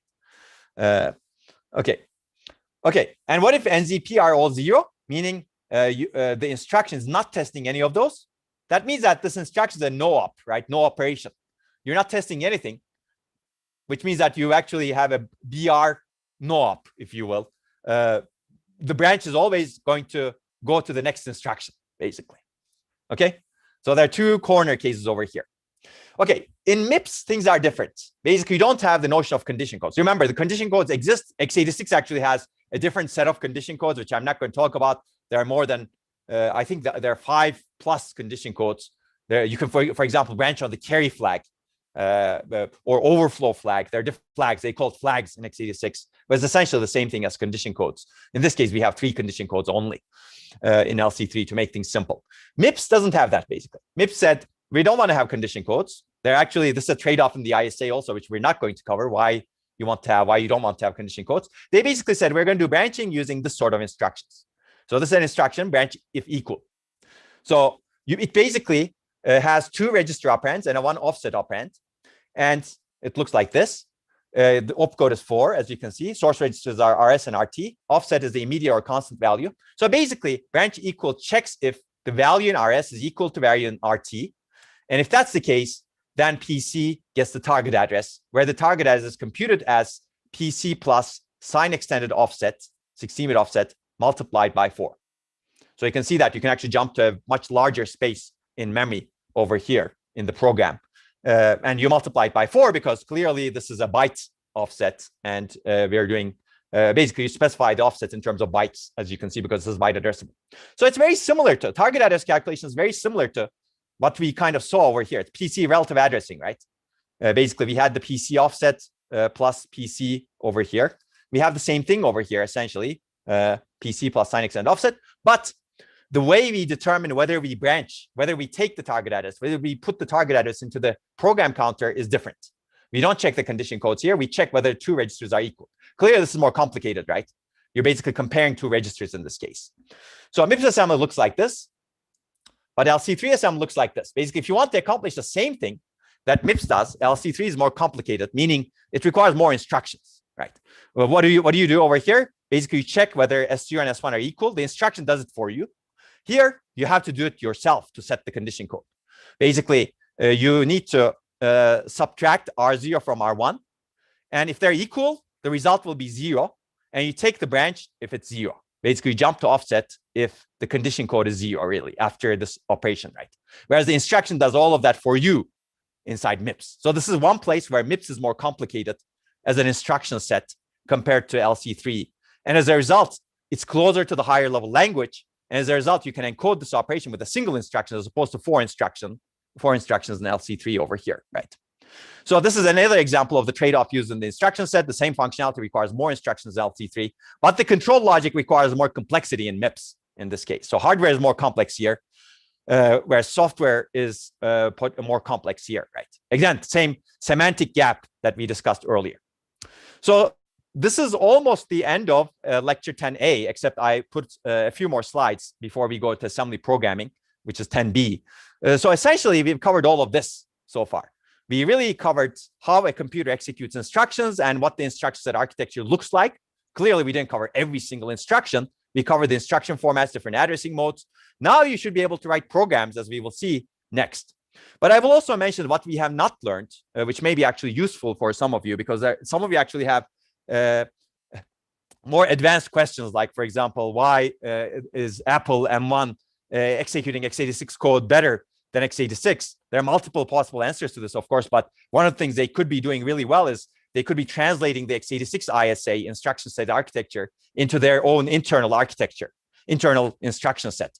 And that's one technique used to translate one language to another language internally very quickly, so that they can actually execute it much more efficiently, potentially. And that is an old trick that was used by other architectures in the past. We don't cover that sort of issues, but if you're really interested, you can actually look at some of the lectures that I have delivered in the past. We don't cover it in this class because it's an introductory class, but if you're really interested in ISAs and hardware software interface, we actually cover a lot more depth in a class that's later in the sequence. And you can take a look at that. But let me quickly talk about the historical perspective. There have been many different ISAs over the decades. x86 has been very powerful. Some of them are dead now, like PDP, Program Data Processor. Interesting ISA, it's dead. VAX is dead. IBM 360 is dead. CDC 6600 is dead. Some SIMD ISAs still exist. That's not necessarily these ones. VLIW, very long instruction word. We're going to cover actually SIMD and VLIW. These can actually do multiple operations, specify multiple operations with a single instruction. For example, single instruction, multiple data, for example, or very long instruction word. We're going to see that. Power, PC, and Power still exist. They're actually interesting ISAs. And they're also more reduced instruction set computing ISAs like Alpha, MIPS, Spark, ARM, RISC-V. And clearly, some of them exist and some of them don't exist. Don't exist mean they're not developed further as machines that implement them, right? And clearly, there are differences between them, like how instructions are specified and what they do, how complex are the instructions. There are many, many differences, which we're not going to cover. But let me quickly end up with this important thing that we covered briefly. But this is actually a very fundamental place where you place the ISA, whether the instructions are complex and the data types are complex or simple, right? Complex instruction does a lot of work, meaning many operations, potentially with higher level constructs, like insert into a doubly linked list, compute the fast Fourier transform, string copy, which exists in x86, for example, or matrix multiplication. Complete matrix multiplication is another example. Whereas simple instruction is an instruction does little work. Essentially, you're thinking of an instruction as a very simple primitive using which you build complex operations on top of them. Where here, you're thinking of an instruction as I have a high-level function. That could be an instruction for me. I don't need to go and build it out of very primitive operations. So semantic level of the instruction is very high over here, whereas the semantic level of the instruction is very low over here, meaning that the instruction is very closer to the hardware and the control signals, whereas here, the instruction is farther away from the hardware. So for example, here we have add, not, XOR. Even multiply didn't exist, for example, in early MIPS architecture, and then they added multiply because they decided, okay, that's a bad idea not to have multiply in our ISA. It's a bad idea not to have floating point in our ISA. It's a bad idea not to have byte operations in our ISA because these are things that are very heavily used in programming languages. So clearly, this is there are advantages and disadvantages to complex instructions. And complex instructions enable denser encoding, clearly. Your program can be much smaller, basically. As a result, your memory utilization will be less. higher, for example, sorry, your memory waste would be less, let's say. You save off chip bandwidth, you get better cache hit rate, as we will see later on. Don't worry about these right now if you don't understand what they are. But you get better packing of instructions in a given amount of space because your instructions are very powerful, right? And your compiler is also simpler because you don't need to optimize very small primitives as much. Whereas disadvantage of complex instructions also exist. Now you have larger chunks of work. Compiler has less opportunity to optimize, limited fine-grained optimizations it can do. Of course, you could argue that you could have both types of instructions and enable compiler. Yes, that's true, but then your ISA becomes even more complex. And the big disadvantage of complex instructions, you get more complex hardware. Basically, you need to translate from a high level to control signals, and optimization now needs to be done by the hardware as well. So this translation can be done in hardware, can be done in software. And I think the question of like, how does Apple execute x86 code is a very interesting question. I don't think Apple reveals that sort of stuff, but they could be doing translation in hardware. They could be doing translation in software. I don't know, but I believe they are doing some sort of translation to their own internal instruction set architecture. So another example trade-off, number of registers. It's also important, I think. Clearly, if you have more registers, there are benefits to it. But if you have more registers, you need to have more bits to encode the register address. But you can have more values kept in fast storage. But you need to implement a larger register file if you have more registers, right? Size, access time, power consumption of the register file increases. Large number of registers actually enables better register allocation and optimizations by the compiler or the programmer. Fewer saves and restores into memory, as we will see in the next lecture, quick lecture. But it leads to a larger instruction size and a larger register file size as well. So clearly, all of these things that you do in the hardware-software interface lead to trade-offs. And usually the trade-off is between the software complexity or ease versus the hardware complexity. And that's what we're dealing with in general. And sometimes the trade-off spans both, actually. For example, larger instruction size affects both, right? Both the hardware may become more complex and the software may become more complex because you have a larger instruction size and you need to waste more memory for that reason, but you may get some benefits. Okay, so there's a lot more to cover on ISAs, and I would recommend you if you're really interested, you take a look at these old lectures that we have from CMU if you're interested. And these are the links to the lectures directly from the slide. Okay, that brings me to the end of Instruction Set Architectures 2 lecture. Now I'm going to stop sharing and move on to lecture 10B. And we're going to spend a small amount of time on 10B because I think you covered a lot of programming concepts in some other lectures. What we're going to do is very similar to programming. If I can find my lecture 10B, we'll do that. But I have to get out of this mode for that purpose. Okay, feel free to ask any questions if you have any questions at this point. I see some questions are being answered by the TAs, so. Okay, and the TAs can let me know if there are any questions to be answered. Okay. Okay, I don't see any questions. Please write to chat if you have questions. I see. Okay, I think the TAs can handle that that one over there. Okay. Okay, so in the remaining time, we're going to talk about assembly programming. And this is going to be fun, but it's going to be also relatively easy, hopefully. And I'm going to leave you with a lot of things that you can study on your own. And you're going to do this in your labs, especially the later labs, let's say, so that you can test your programs, you can run your programs, etc. And we're going to look at LC3 and MIPS assembly. And they're essentially very similar, as you have seen so far, with some idiosyncrasies in terms of the differences in instructions. And these are the same readings that we discussed. So basically, we're going to look at some programming constructs, talk about debugging a little bit, more about principles than actually real detailed examples, because detailed examples are actually quite too detailed to cover in even one lecture, actually. But you can study the examples on your own, certainly. We're going to talk about conditional statements and loops that are important, and then arrays. And if you have time, we're going to talk about function calls. If not, you can study them on your own, but they're no different from function calls than any other ISAs, if you will. So remember, we're still talking about the von Neumann model, von Neumann machine, and instruction cycle. These are things that you should keep in the back of your mind.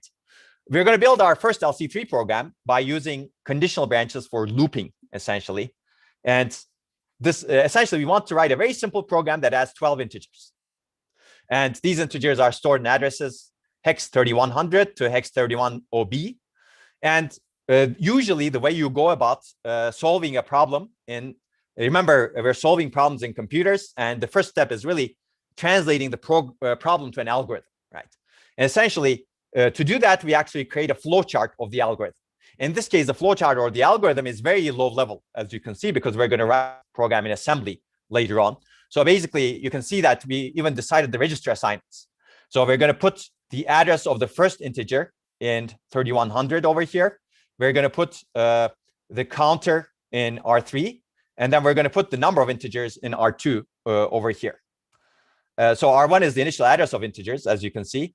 R3 will store the final result of the addition, and R2 is the number of integers left to be added, right, at this point. So this is the initialization part. Almost always algorithms have initialization parts, and that's what we're going to do over here.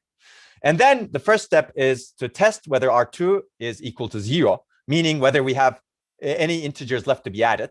If it's not equal to 0, then we do the addition. If it is equal to 0, which means that we've reached the end of all the integers to process, then we actually get out of the loop and do whatever else, maybe output this to a screen, for example, right? Okay, so basically, are we done with all integers? That's what this is checking. If we're not done, we load the first integer into a register. Remember that R1 specifies the address, and that's doing the loading.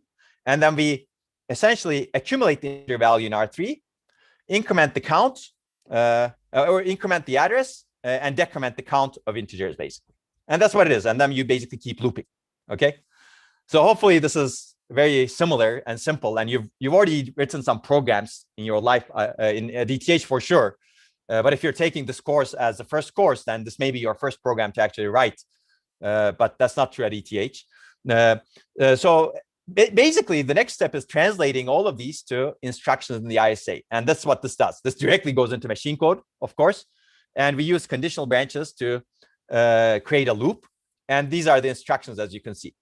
So you can see that there's a load effective address that loads a value into 3100.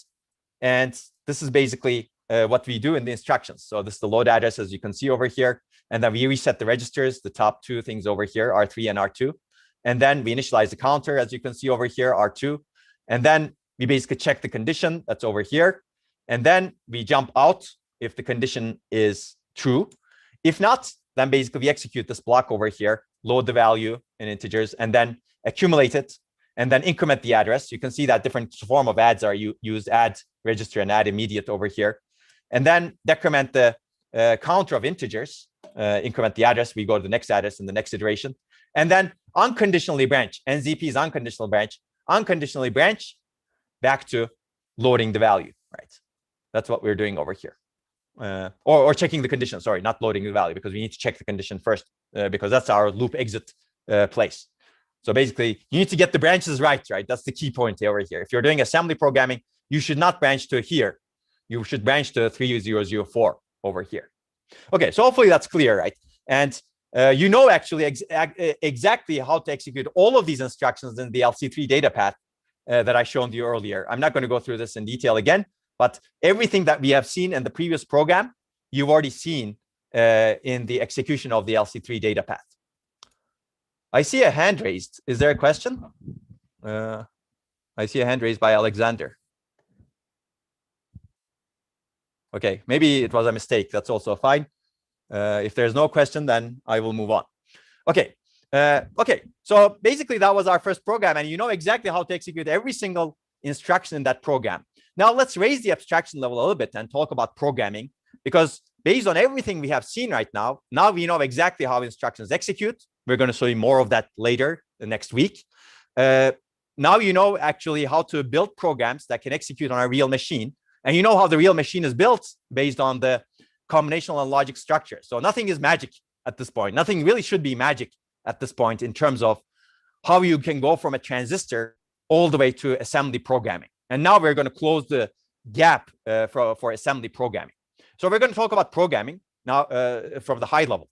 So you have a task, and programming requires dividing a task, in other words, a unit of work, into smaller units of work. So it's all of the programming is really divide and conquer in the end.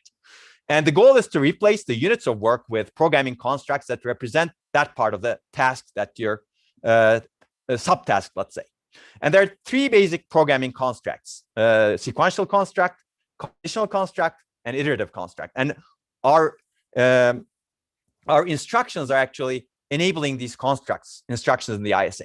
So a sequential construct is kind of obvious. You have a task to be decomposed, and you can break it down into subtasks, one following the other. So basically, you break it out into 2 subtasks so that you can think about the program in an easier way, let's say, or algorithm. Okay, so hopefully that's obvious. Conditional construct is essentially enables you to do one of the subtasks, but not both. So it basically enables you to test a condition, and based on the condition, execute one task. And if the condition is not true, execute some other thing, right? And clearly, this is an if and else contrast, right? Either subtask maybe do nothing. After the correct subtask is completed, the program moves onward, if you will. So you can implement if-else statements or switch case statements, as we have seen earlier. And Verilog also implements these, as you remember. So iterative construct is used to, if the task consists of doing a subtask a number of times, but only as long as some condition is true. So this is used to implement loops, as you can imagine. First, you basically test a condition. If it's false, you don't do it. If the condition is true, then you do the top task. It could be the other way all around also. You could actually test the exit condition also. And if the condition is true, you could exit the loop as well, right? So basically, it's a looping construct, let's say. And if the condition is still true, you keep doing the subtask. For loop, while loop, do while loop are examples of loops. So let's take a look at these constructs in an example program. I'm not going to go through this program in detail, actually, because we don't have time, and it's, I think, trivial to go through it, if you will. So the example program is going to count the number of occurrences in a character in a text file. It's going to use all of the constructs, sequential, conditional, and iterative. And we will see how to write conditional and iterative constructs using conditional branches. So counting occurrence of a character, basically, we want to write a program that counts the occurrence of a character in a file. So we're going to get the character to search from the keyboard using a trap instruction. That's going to be the novelty we will learn at the end of this, but we're not going to go into how it's implemented and the detail of it. So we're going to interact with the keyboard over here. And the file will finish with the character end of text, EOT. This is a special character called a sentinel character. If you didn't know about the word sentinel, it designates the end of something, essentially. In this example, EOT is set to 4, for example. It could be something else. Output result will be placed onto the monitor using another trap instruction, essentially. Again, you will see that soon. But this is how I break my program into the constructs, the sequential, conditional, and iterative. Again, I'm not going to go through this in detail, but you need to initialize the count. And you remember the constructs as pictures over here. You need to initialize the count, initialize the pointer, get the input character from keyboard, get the character from file that we're going to compare to the input character. And then if the character that we got from the file is not end of text, then we keep looping. What do we do if we loop? We check if the end of file. If it's not the end of the file, we check if there's a match. If there's a match, we increment the counter of the characters that match the input character. If there's not a match, we don't increment. And then we get another character from the file and then increment the pointers and the initial address, as you can see over here. And then we keep doing the same thing until the character we read from the file is end of text, right? So that's the iterative construct. And I've already described all of these, actually. And then if at the end we prepare the output, we exited the loop, we're done with the file, and we prepare the output to write. Don't worry about exactly what this means. This basically converts the output to an ASCII character that can be displayed by the monitor. And then we output to the monitor, and the monitor displays the character in its own format. Okay. And then we halt the program using another trap instruction to stop the program because we're done, essentially. So this is a full program. And you can read again the Pat and Patel chapter that houses this program. So trap instruction, basically, let's talk about trap instruction because it's important. This is the operating system hardware interface, essentially, in LC3. MIPS has its own instructions. It invokes a service call, essentially, operating system service call. In assembly, it looks like this. In machine code, it looks like this. It's very simple, basically. And you have a trap vector, basically. The opcode is 1111. And trap vector specifies what you ask the operating system to do. So, for example, if you say trap vector 23, you basically ask the operating system to get a character from the keyboard, right? Or if you use trap 21, you ask the operating system to output a character to the monitor. If you use trap 25, you ask the operating system, I'm done with the program, halt the program, finish the program, basically. So we're not going to go into how this is implemented. If you're really interested, you should really read the appropriate chapter, input, output, for example, from Pat and Patel, but we don't have time in this semester to really go into it. In systems programming, you will go into it more, but maybe in another version of this course, we can go into it, but not this version. So this is the program that we wrote, and this also in our Pat and Patel book, that basically implements the constructs that we showed you earlier, that basically implements this flowchart. And again, I'm not going to go through this in detail. You can convince yourself that the program does what it does. But again, we don't have time to go through the detail. You can see that we use conditional branch instructions to create loops and if statements. And you can do reverse engineering to identify conditional constructs and iterative constructs like what I show you over here. But again, we don't have time to go through this in detail. Again, nothing is hard over here. It's just translating the program into assembly language and then the machine code later on. You can also start from the machine code and reverse engineer the program as well, right? And you can see that there's a starting address of the file over here. So file actually is stored in memory. In this case, it's a memory mapped file. But again, we're not going to go into that in this course. So let's talk about debugging, because it's going to be something important that you do in all your programming, including your Verilog programming. And this is the process of removing errors in programs. It consists of tracing the program, keeping track of the sequence of instructions that have been executed and the results produced by each instruction. It's clearly a useful technique, right? And one way of making it even more useful is to partition the program into parts like modules and examine the results computed in each module separately. So high-level language debuggers can help you clearly. There are many, many examples of this that I'm not going to go into. Machine code debugging provides you elementary interactive debugging operations. So let's take a look at interactive debugging operations. When debugging interactively, it's really important for you to be able to put some values into memory and registers. You're at a very low level as an assembly programmer, right? You need to be able to test the execution of a part of a program in isolation, maybe one instruction, right? Execute instruction sequence in a program by using the run command. So if you have a debugger that supports this, you can run instruction by instruction, right? And a run command executes until halt instruction or until a breakpoint. So you can step N command, basically you can execute a fixed number of instructions. You could step 1, for example, you could execute every instruction one by one, examine the results and see what you expect, if what you expect is in the registers and memory. And you can stop the execution when desired in debugging clearly, right? You can do that by setting a breakpoint command, by stopping execution at a specific instruction. You set a breakpoint at a particular point where you want to examine the memory and register values. And after this, you can examine what's in memory and registers at any point in the program if you have this infrastructure. That way you can step through the program. So this is very useful clearly. And doing this in Verilog is also very useful, except Verilog is very inherently parallel, right? Assembly, because of the von Neumann model, we execute one instruction at a time, right? So you can actually say, I'm going to execute one instruction at a time. And then you can see what the result of that instruction is. And if what you expect at the high level as a programmer is satisfied, right? So for example, we have a multiply operation in LC3. A program is necessary to multiply since LC3 does not have a multiply instruction. And the following program multiplies values R4 and R5, basically. And again, initially R4 is 10, R5 is 3. I'm not going to go through it in detail, but the program produces 40. The question is what went wrong. And you can examine it by yourself. And to do so, it's useful to annotate each instruction. So again, you have if you're given the machine code, you can easily annotate these instructions and say, these are the instructions that I have.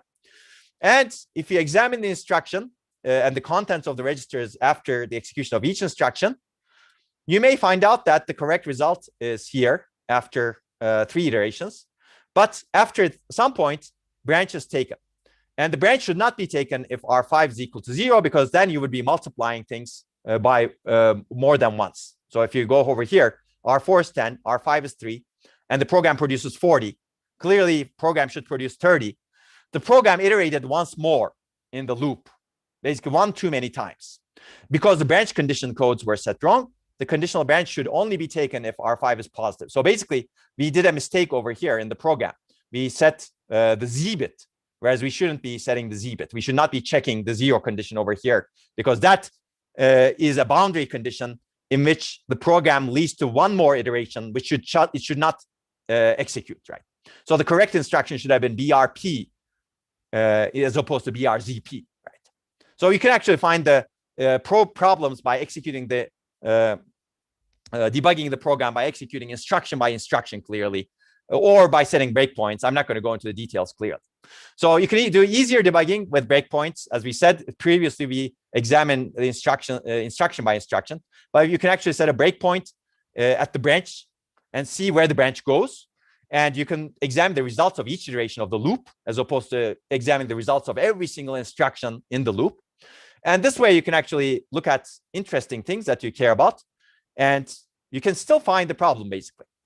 Okay, so does this program work if the initial value of R5 is 0 is another question.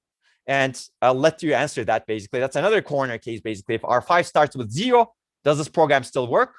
And the answer is no, this program doesn't work, basically. That's a problem. So basically, you should test the condition. You should test whether R5 is 0 first to really understand whether this program, to really make this program work. So there are multiple boundary conditions that this programmer was not careful in dealing with. One boundary condition was what the result should have been, and what the result. So I think I see a question: why doesn't it work if R5 is equal to 0? Because you can see that you basically do the addition first, right? You add R2 to R4, and then you R5 becomes -1 over here. So remember, the value of R5 is basically you add R4 to itself. Basically, you get the result 10 if R5 is 0, which you should not get. You should really get 0 because you didn't check the boundary condition at the beginning. Okay. Okay. So we discussed the breakpoint. So I went to forward. Okay. So basically, a good test should consider the corner cases, meaning unusual values that the programmer might fail to consider.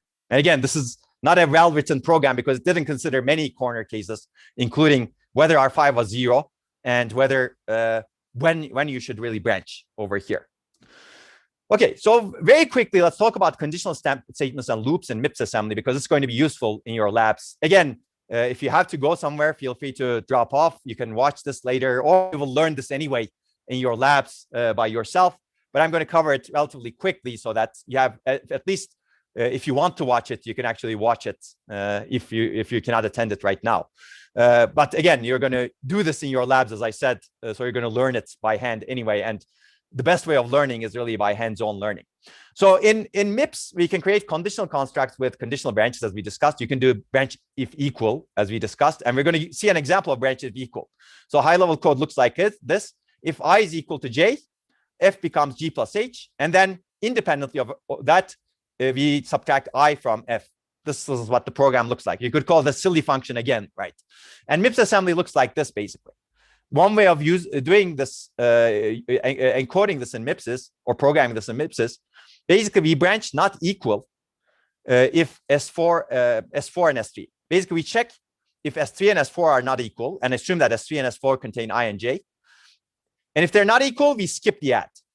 That's what this instruction says, right? We go to L1, which is the label of the next instruction.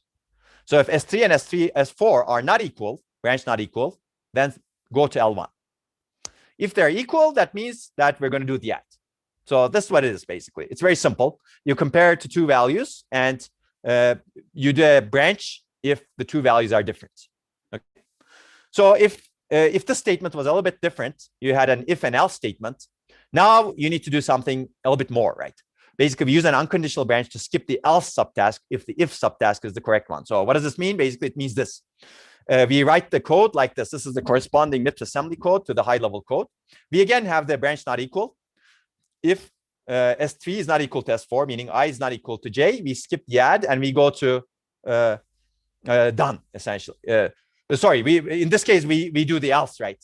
So we basically need to do the else, which is the L1 over here. Because if I is not equal to J, we do F equals F minus I, which is implemented by the subtract instruction. But if this branch condition is not true, we do the add, but we should not do the else.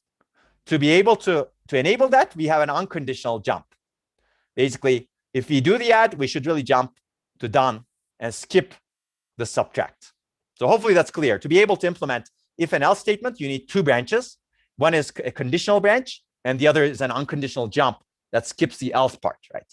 Conditional branch skips essentially the target that is supposed to be executed if the condition is true, and unconditional jump skips the part that is executed, the subtask that is supposed to be executed, if the condition is false. There's a question, can you jump back in the code? Absolutely. You can jump anywhere, basically. As you can have a label over here saying, for example, at the beginning of an earlier loop. You can have a label at the top, for example, and you jump to that. So you can jump anywhere as long as your offsets are fine, basically, as long as you don't violate the offsets. But even then, you need to use a different addressing mode if you want to jump to anywhere in the code, right? Okay, so basically, I already said this. You compare the two values, and if they're different, jump to L1. Otherwise, to execute the else subtask over here, right? And this unconditional jumps to done after executing the if subtask. Okay, while loop is a little bit more complicated. As in LC3, the conditional branch checks the condition, and the unconditional branch jumps to the beginning of the loop over here. We've seen it in LC3. Now we're going to see it in MIPS. It's going to be very similar, basically. You initialize the power and x value. So here, this loop determines the power of 2 equal to 128, which is a very simple calculation, as you can see. And initially, power is set to 1, x is set to 0. So you need to set those values plus the 128 to compare to. And while loop basically does a branch equal over here. It has a conditional branch to check if the condition still holds. So you need to check the condition first before entering the loop. Otherwise, you may execute the loop one too many times, right? As we saw earlier in the buggy multiplication example, right? Here, it's not multiplication, but it's really figuring out the power raised to the 2, power of 2, right? Okay, so basically, that's what this branch equal does. And then there's a conditional branch to the beginning of the loop. So we execute the loop once, and then unconditional branch, and then we check the loop exit condition again, whether the power is not equal to 128. So if the power is equal to 128, then we're done. If the power is not equal to 128, we execute an iteration of the loop, multiply power by 2, increment x by 1, and then go to the beginning of the loop and then check if power is equal to 128 again. And you keep doing this until power is equal to 128. Okay. The implementation of the for loop is very similar to the while loop. Essentially, this is another loop that is different.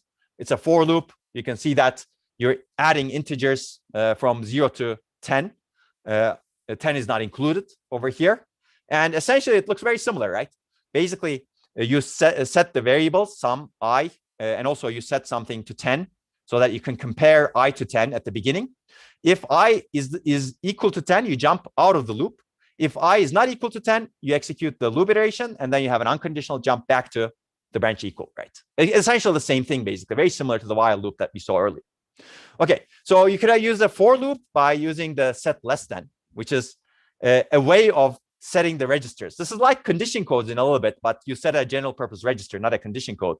So we use the set less than for the less than comparison. So let's take a look at this. This is another trick you can use, for example. So basically, you again add the powers of 2 from 1 to 100. That's another loop that does that particular task. And to be able to do that, you initialize sum and I. And then until I is less than 101, you basically find the powers of 2 and like this, and then add it to the sum, right? And to be able to do that, you have some initialization, and then you do the set less than. Basically, what this set less than does is, okay, I already said this. Set less than is essentially the statement. If the value in register S0 is less than the value in register T0, the destination register gets 1, otherwise it gets 0. Okay, so it's basically this statement implemented with one instruction, right? It looks nice, basically. It's a very high-level statement, if you will. You can directly implement a high-level language statement that looks like this. And then it basically tests the condition and sets it less than. And then you check whether T1 is equal to 0. If T1 is equal to 0, then basically that means that you need to exit the loop, right? If not equal to 0, then you should stay in the loop and do the loop iteration, and then basically check the condition again and again. But you should also execute the set less than and BEQ. In this case, you set less than a register and then check whether that register is equal to 0 or 1 to implement the looping mechanism, right? Another way of implementing. You could have done it in some other way also, clearly. So here we have shift left logical. This is essentially multiplication by 2, right? Multiplying by 2 is the same as shifting left logical in binary by 1. And we don't use a multiply over here because shift left logical is much simpler and faster in hardware. Well, let's go into a little bit more into MIPS. Again, this is going to be very simple to many people who know programming. So you don't really need to study this, if you will, but it's instructive, I think, to look at how the arrays are implemented in MIPS. Accessing an array requires loading the base address into a register, as we have seen earlier. So in memory, the array looks like this. Basically, you have a base register that points to the beginning of the array. And then each array element is a word in this particular case. And then basically each word is in the next word location, which has this byte address, as you can see over here on the left. So in MIPS, this is something we cannot do with a single immediate operation, loading the base register. So what do? We use what we learned earlier, load upper immediate plus or immediate, right? LUI and ORI. We've seen this before. If you want to load this address that we know into a register, let's say S0, we first load the upper immediate 1, 2, 3, 4 to the top 16 bits of the S0 register, and then OR the register with the 16 bits coming from this immediate value, 8,000 over here. And then you have this address, this base address of array in S0.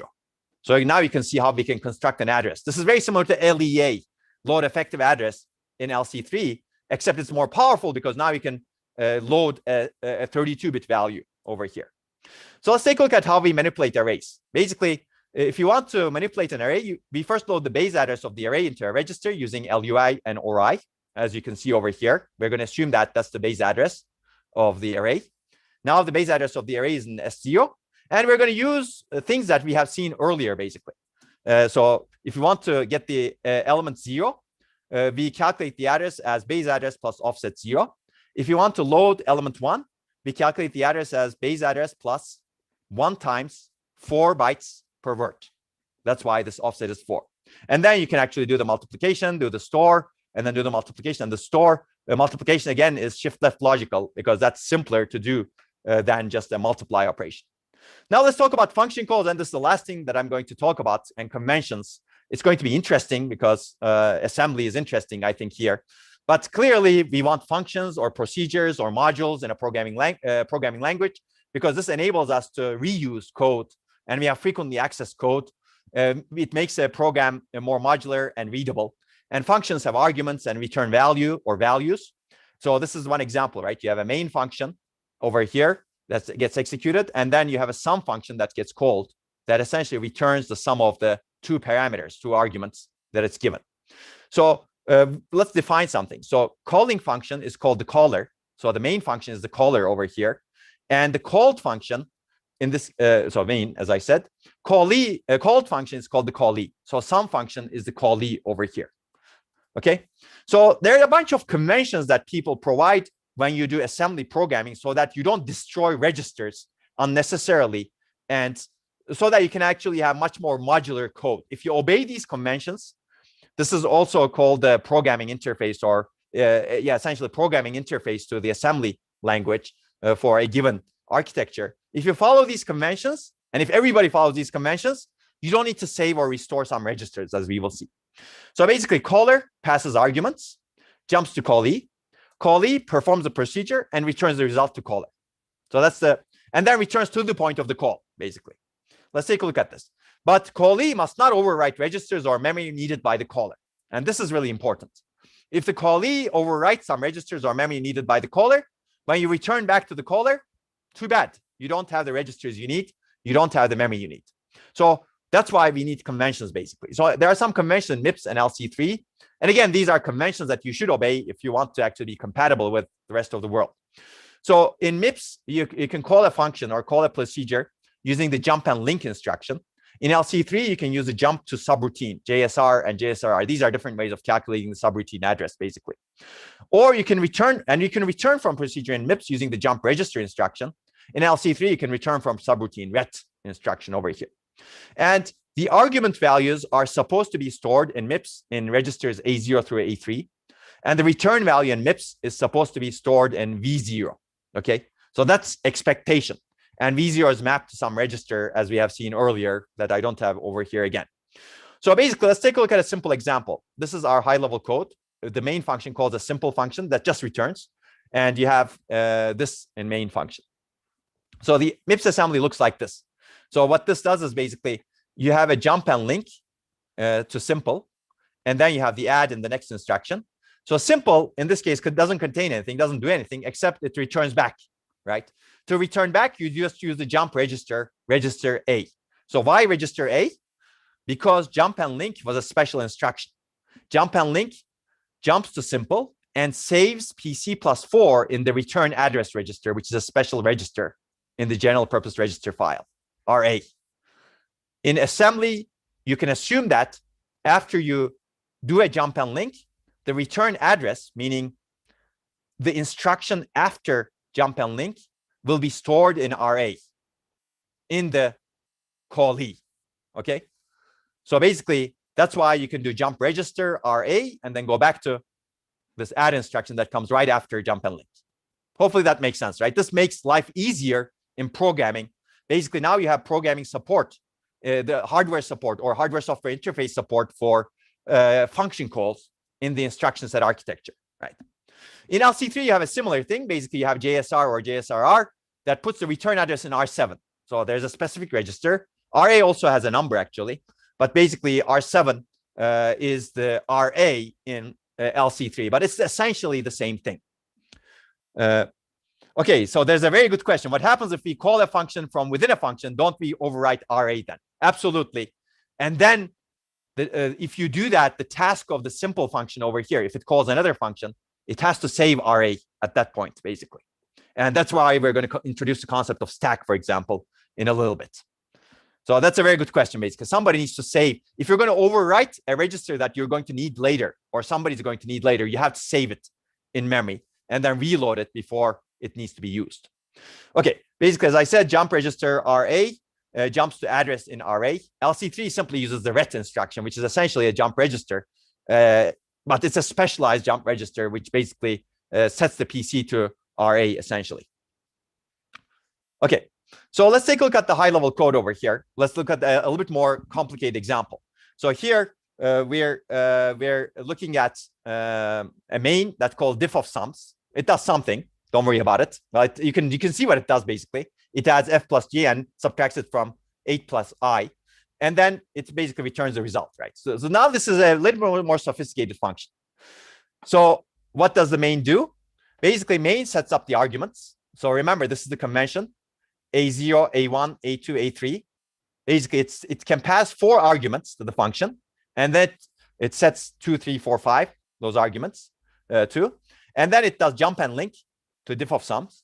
And then diff of sums reads the arguments, assumes that the arguments are in A0, A1, A2, A3. So there's some convention for sure that you need to obey to make this work.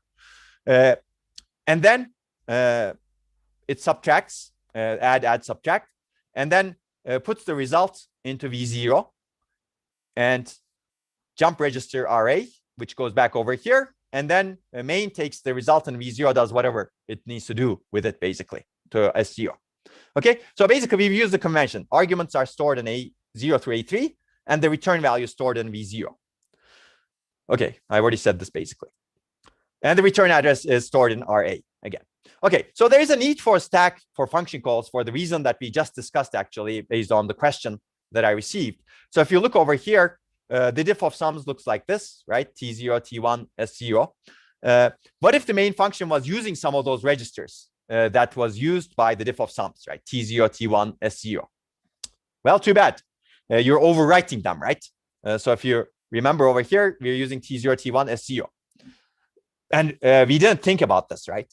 If the main function was using T0, T1, and S0, diff of sums is overwriting them. But we can fix this problem by using a stack to temporarily store the registers that we're overwriting and then restore them back after we're done with the function. So the concept of a stack is basically, it's a memory area that's used to save local variables that we operate on temporarily. It's a last in, first out queue. You may have seen this in other programming language courses. The stack pointer is a special register, actually, points to the top of the stack. It goes down in MIPS. It's a convention. Again, all of these things are conventions. Even the naming is convention, right? So it looks like this, basically. So you can push values on the stack and you can pop values out of stack. So look over here. If you look over here, the stack pointer points to this location, this address. It has this value. Maybe you can push 2 registers on the stack here that have 2 values, AA, BB, CC, DD, and 1, 1, 2, 2, 3, 3, 4, 4. Now you've added or pushed 2 values onto the stack. And when you actually start, before you start the function call, you actually say, oh, okay, I'm going to save the temporary registers that I'm going to work on, just to make sure that no one is going to, I don't actually overwrite the calling function's registers, right?